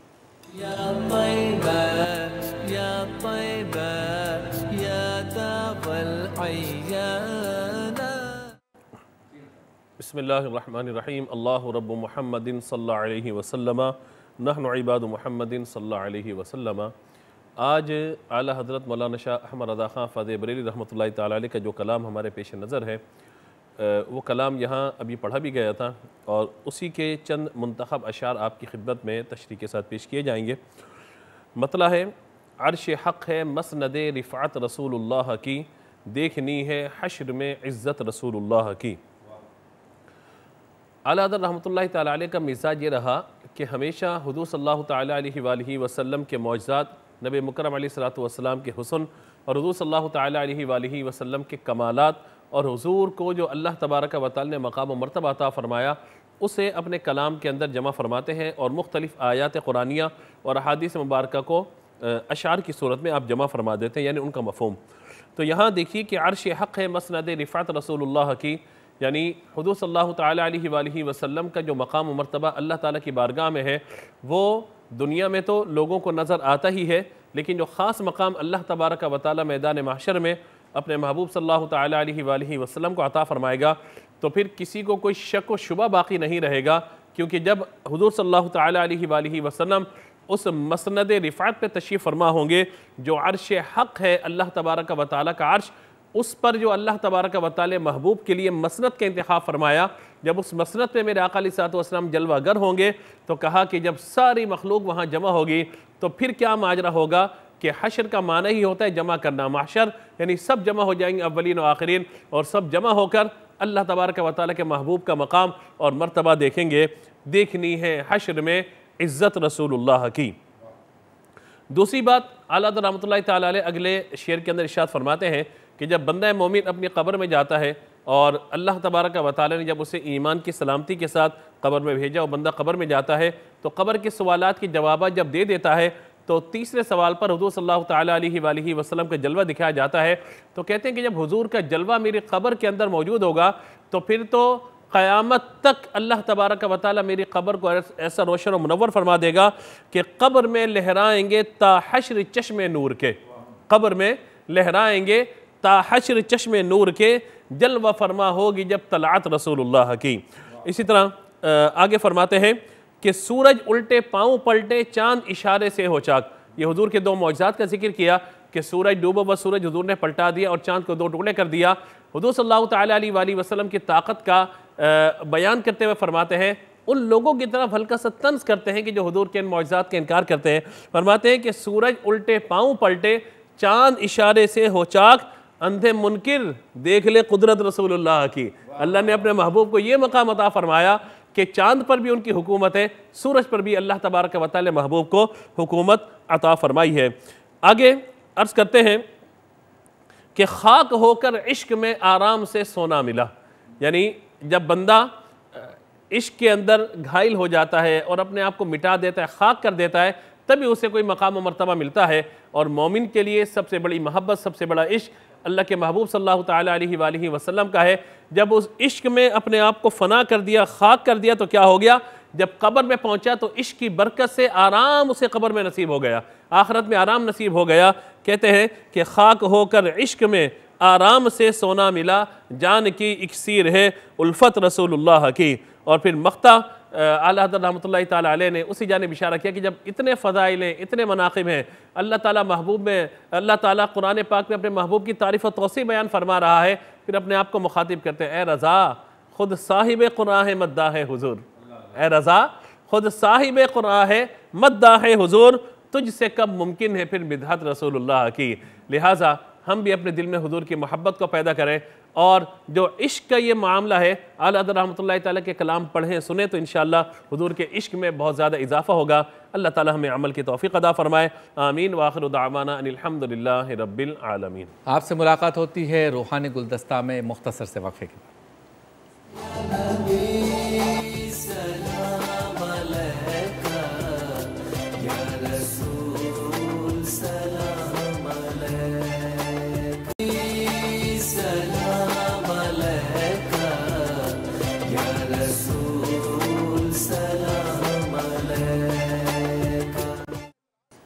चलते हैं उस सेगमेंट की जानिब जिसका नाम है रूहानी गुलदस्ता।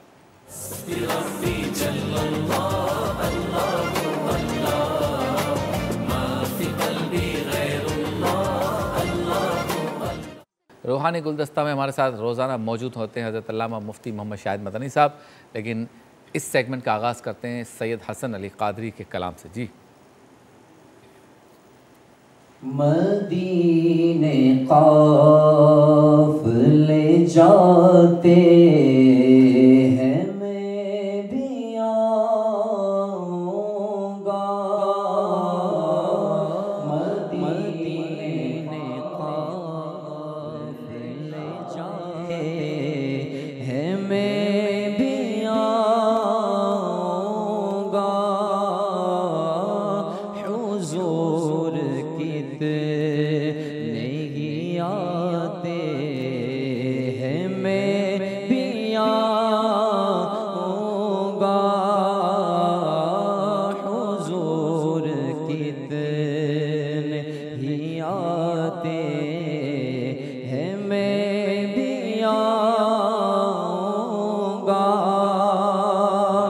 मदावर जो मुसीबत का है मदीने में, मदावर जो मुसीबत का है मदीने में,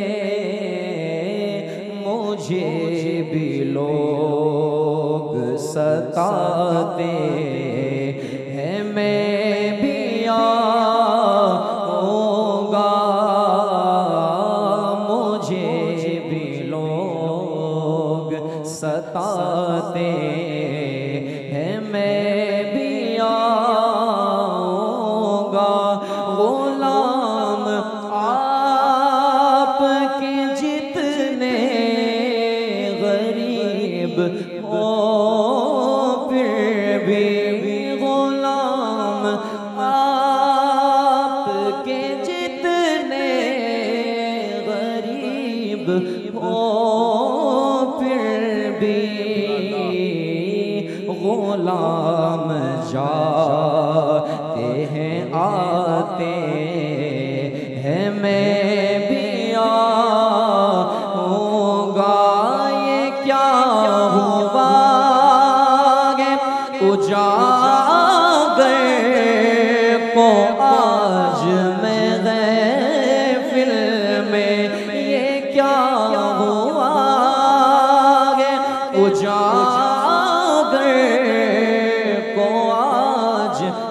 महफिल में बस एक रट ही लगाते हैं, मैं भी आऊँगा बस एक रट ये लगाते हैं, मैं भी आऊँगा मदीने काफ़िले जाते हैं, मैं भी आऊँगा हुजूर कितने ही आते हैं, मैं भी आऊँगा।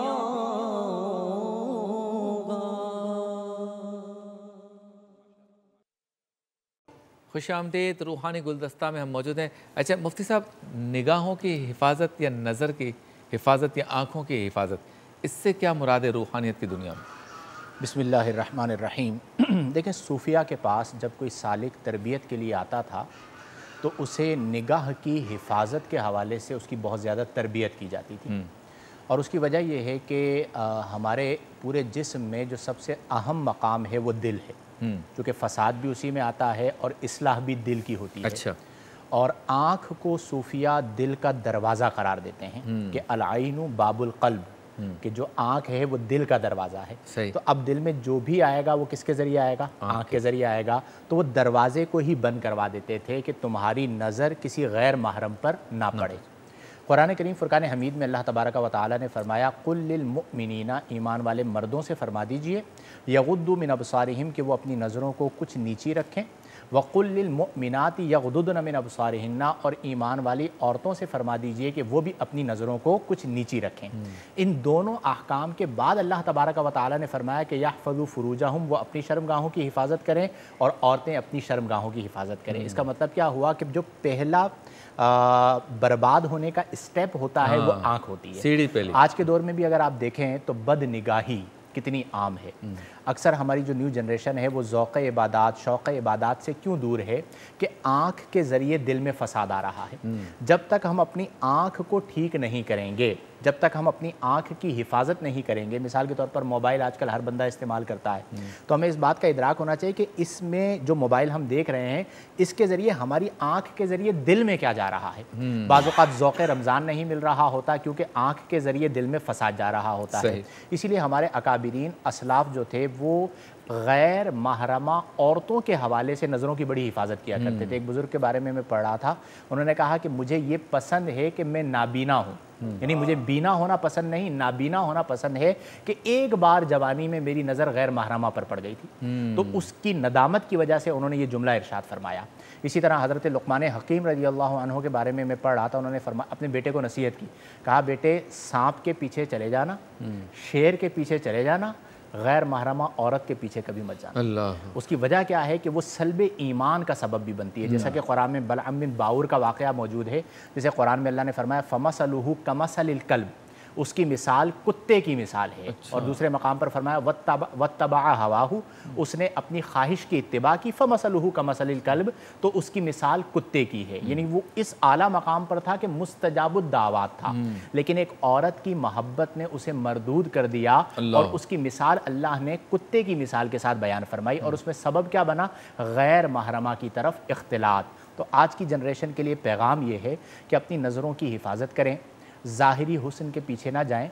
अल्लाह तबारक व तआला ने सीरत को बुनियाद अता फरमाई है। ज़ाहिरी हुस्न तो बाज़ औक़ात बंदा एक बीमारी में मुब्तला हो जाए तो एक हफ़्ते में ख़त्म हो जाता है। बुनियाद ये है कि अगर किसी का इंतखाब करना भी है तो सीरत को देख कर किया जाए। अच्छा, आज का वजीफ़ा बता दीजिए। आज का वजीफ़ा शबीर भाई, अक्सर लोग पूछते हैं कि रिस्क में बरकत, तंगी चल रही है, हालात अच्छे नहीं हैं, कारोबार बेहतर हो जाए, तो एक बड़ा मुजर्रब वजीफ़ा है मेरा अपना, मतलब एक बुज़ुर्ग ने अता किया था, एक अरसा दराज से मेरे मामूलात में है, सूरह कौसर 360 बार पढ़ना। यानी रोज़ाना रात को इशा की नमाज के बाद 360 बार सूरह कौसर पढ़ें और आप इंशाअल्लाह विद इन अ वीक या विद इन अ 2 वीक उसके असरात देखना शुरू हो जाएंगे कि अल्लाह तबारक व तआला गैब से आपको रिस्क भी अता फरमाएगा, और अगर ज़ाहिरी एतबार से कोई रुकावट है, कोई ऐसा मामला है कि वो कारोबार नहीं चल पा रहा और उसकी कोई और वजह नहीं है, तो उसके गैब के ख़जानों में कोई कमी नहीं है, तो वुसअते रिज़्क़ के लिए इशा की नमाज के बाद सूरह कौसर 360 बार कम से कम 41 दिन तक पढ़ें। लेकिन जब आप इसकी बरक़ात को देखेंगे तो फिर इंशाअल्लाह इसे आप छोड़ेंगे नहीं, अपनी ज़िंदगी का हिस्सा बना लेंगे। क्या बात है। तो कराची और इसके मज़ाफ़ात में इंतहाई सैर का वक्त होने में 1-1.5 मिनट बाकी है। साजिद भाई आपके कलाम से अज़ान की तरफ सुभान। वक्त वाले वक्त को चमका गए, वक्त वाले वक्त को चमका गए, वक्त वाले वक्त को चमका गए, मौत से पहले मदीने आ गए, मौत से पहले मदीने आ गए, सैयदुश शुहदा पे लाखों सलाम, हजरते हमजा पे लाखों सलाम, हजरते हमजा पे लाखों सलाम, आ गए जबले उहुद पर आ गए, मौत से पहले मदीने आ गए, सैयदा ज़हरा यहाँ शेख़ैन हैं, सैयदा ज़हरा यहाँ शेख़ैन हैं, सैयदा ज़हरा यहाँ शेख़ैन हैं, भीख लेने गम मदीने आ गए, मौत से पहले मदीने आ गए, 10,000 अस्हाब बक़ीए पाक में, सबके सब जन्नत का मुजदा पा गए, आओगे तैबा उजागर बार बार, आओगे तैबा उजागर बार बार, अपने दिल से गर अदब करवा गए, क्या बात है, वाह। हम मौत से पहले मदीने आ गए। जी उजागर साहब, अजान पे जाना है, चंद सेकंड हैं। माशाल्लाह, बस मदीना तो आप जानते हैं कि तमन्नाओं का शहर है, मोहब्बत का शहर है। इंसान एक बार क्या जाता है कि बार बार जाने की तलब बढ़ जाती है। वाह वाह। या रब बिठा दे गुंबद खज़रा की छाँव में, मसनद ये मांगता हूँ हमेशा दुआओं में, एक हाज़री से बढ़ गया है शौक़ हाज़री, मैं बार बार पहुँचूँ हरम की फ़ज़ाओं में, मंजिल मेरी मदीना है रुकू न राह में, पढ़ने दो आबले से उजागर के पाऊँ। क्या बात है। मुफ्ती साहब दुआ फरमा दें आज। अल्हम्दुलिल्लाहि रब्बिल आलमीन वस्सलातु वस्सलामु अला सय्यिदिल अंबिया वल मुरसलीन। या इलाहल आलमीन, हमारे माह रमज़ानुल मुबारक के रोज़ों को, तरावीहात को, जुमला इबादात को अपनी बारगाह में मकबूल व मंजूर फरमा। माह रमज़ानुल मुबारक में हमसे जो कोताहियाँ, जो गुनाह सरजद हुए, मौला अपने फ़ज़ल और करम से मुआफ़ फरमा। तमाम उम्मत मुस्लिमा पर अपना फ़ज़ल व करम नाजिल फरमा। हमारे मुल्क पाकिस्तान को इस्तेहकाम व दवाम अता फरमा। अंदरूनी बैरूनी साजिशों से महफूज फरमा। मौला दुखियों के दुखों को दूर फरमा। तंग दस्तों को फ़राख दस्ती अता फरमा। बीमारों को सेहत अता फरमा। कर्ज़दारों को कर्ज़ों से खुलासी अता फरमा। व सल्लल्लाहु तआला अला खैरि खल्क़िही व ज़ीनति फ़र्शिही व क़ासिमि रिज़्क़िही सय्यिदिना व मौलाना मुहम्मदिन सल्लल्लाहु अलैहि वसल्लम। कराची उसके मज़ाफ़ात में इंतहाई सैर का वक्त हुआ चाहता है। इंशाअल्लाह आपसे मुलाकात होगी कल, और इस वक्त मुलाकात होगी कराची की अज़ान फ़जर।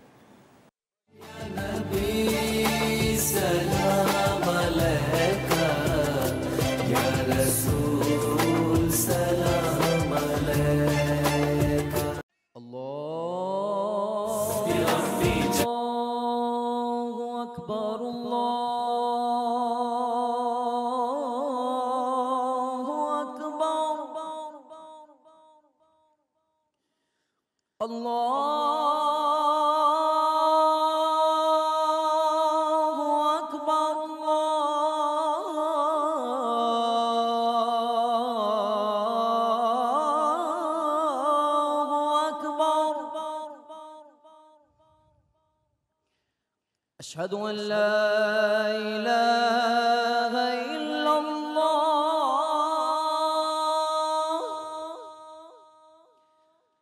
अशहदु अन ला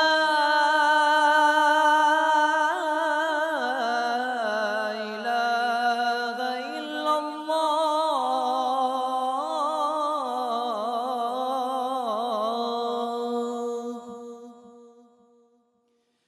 अशहदु अन्ना मुहम्मदुर रसूलुल्लाह।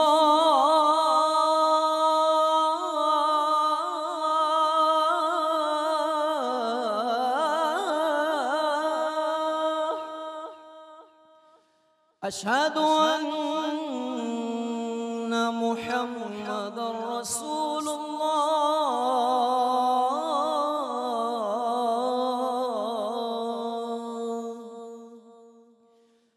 हय्या अलस सलाह।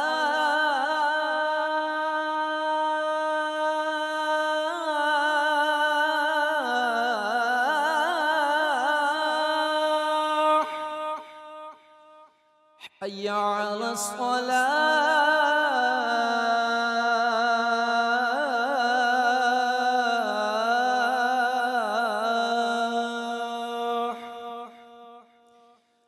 हय्या अलल फलाह।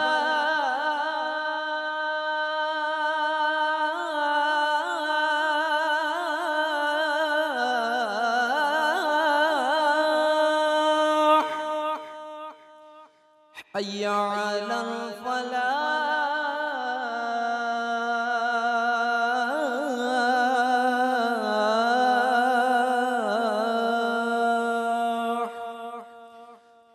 अस्सलातु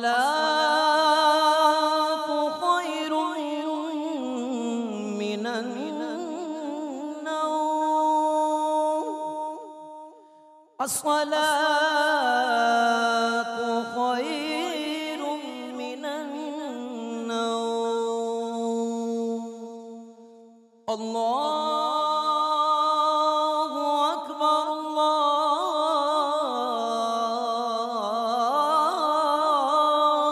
अकबर। ला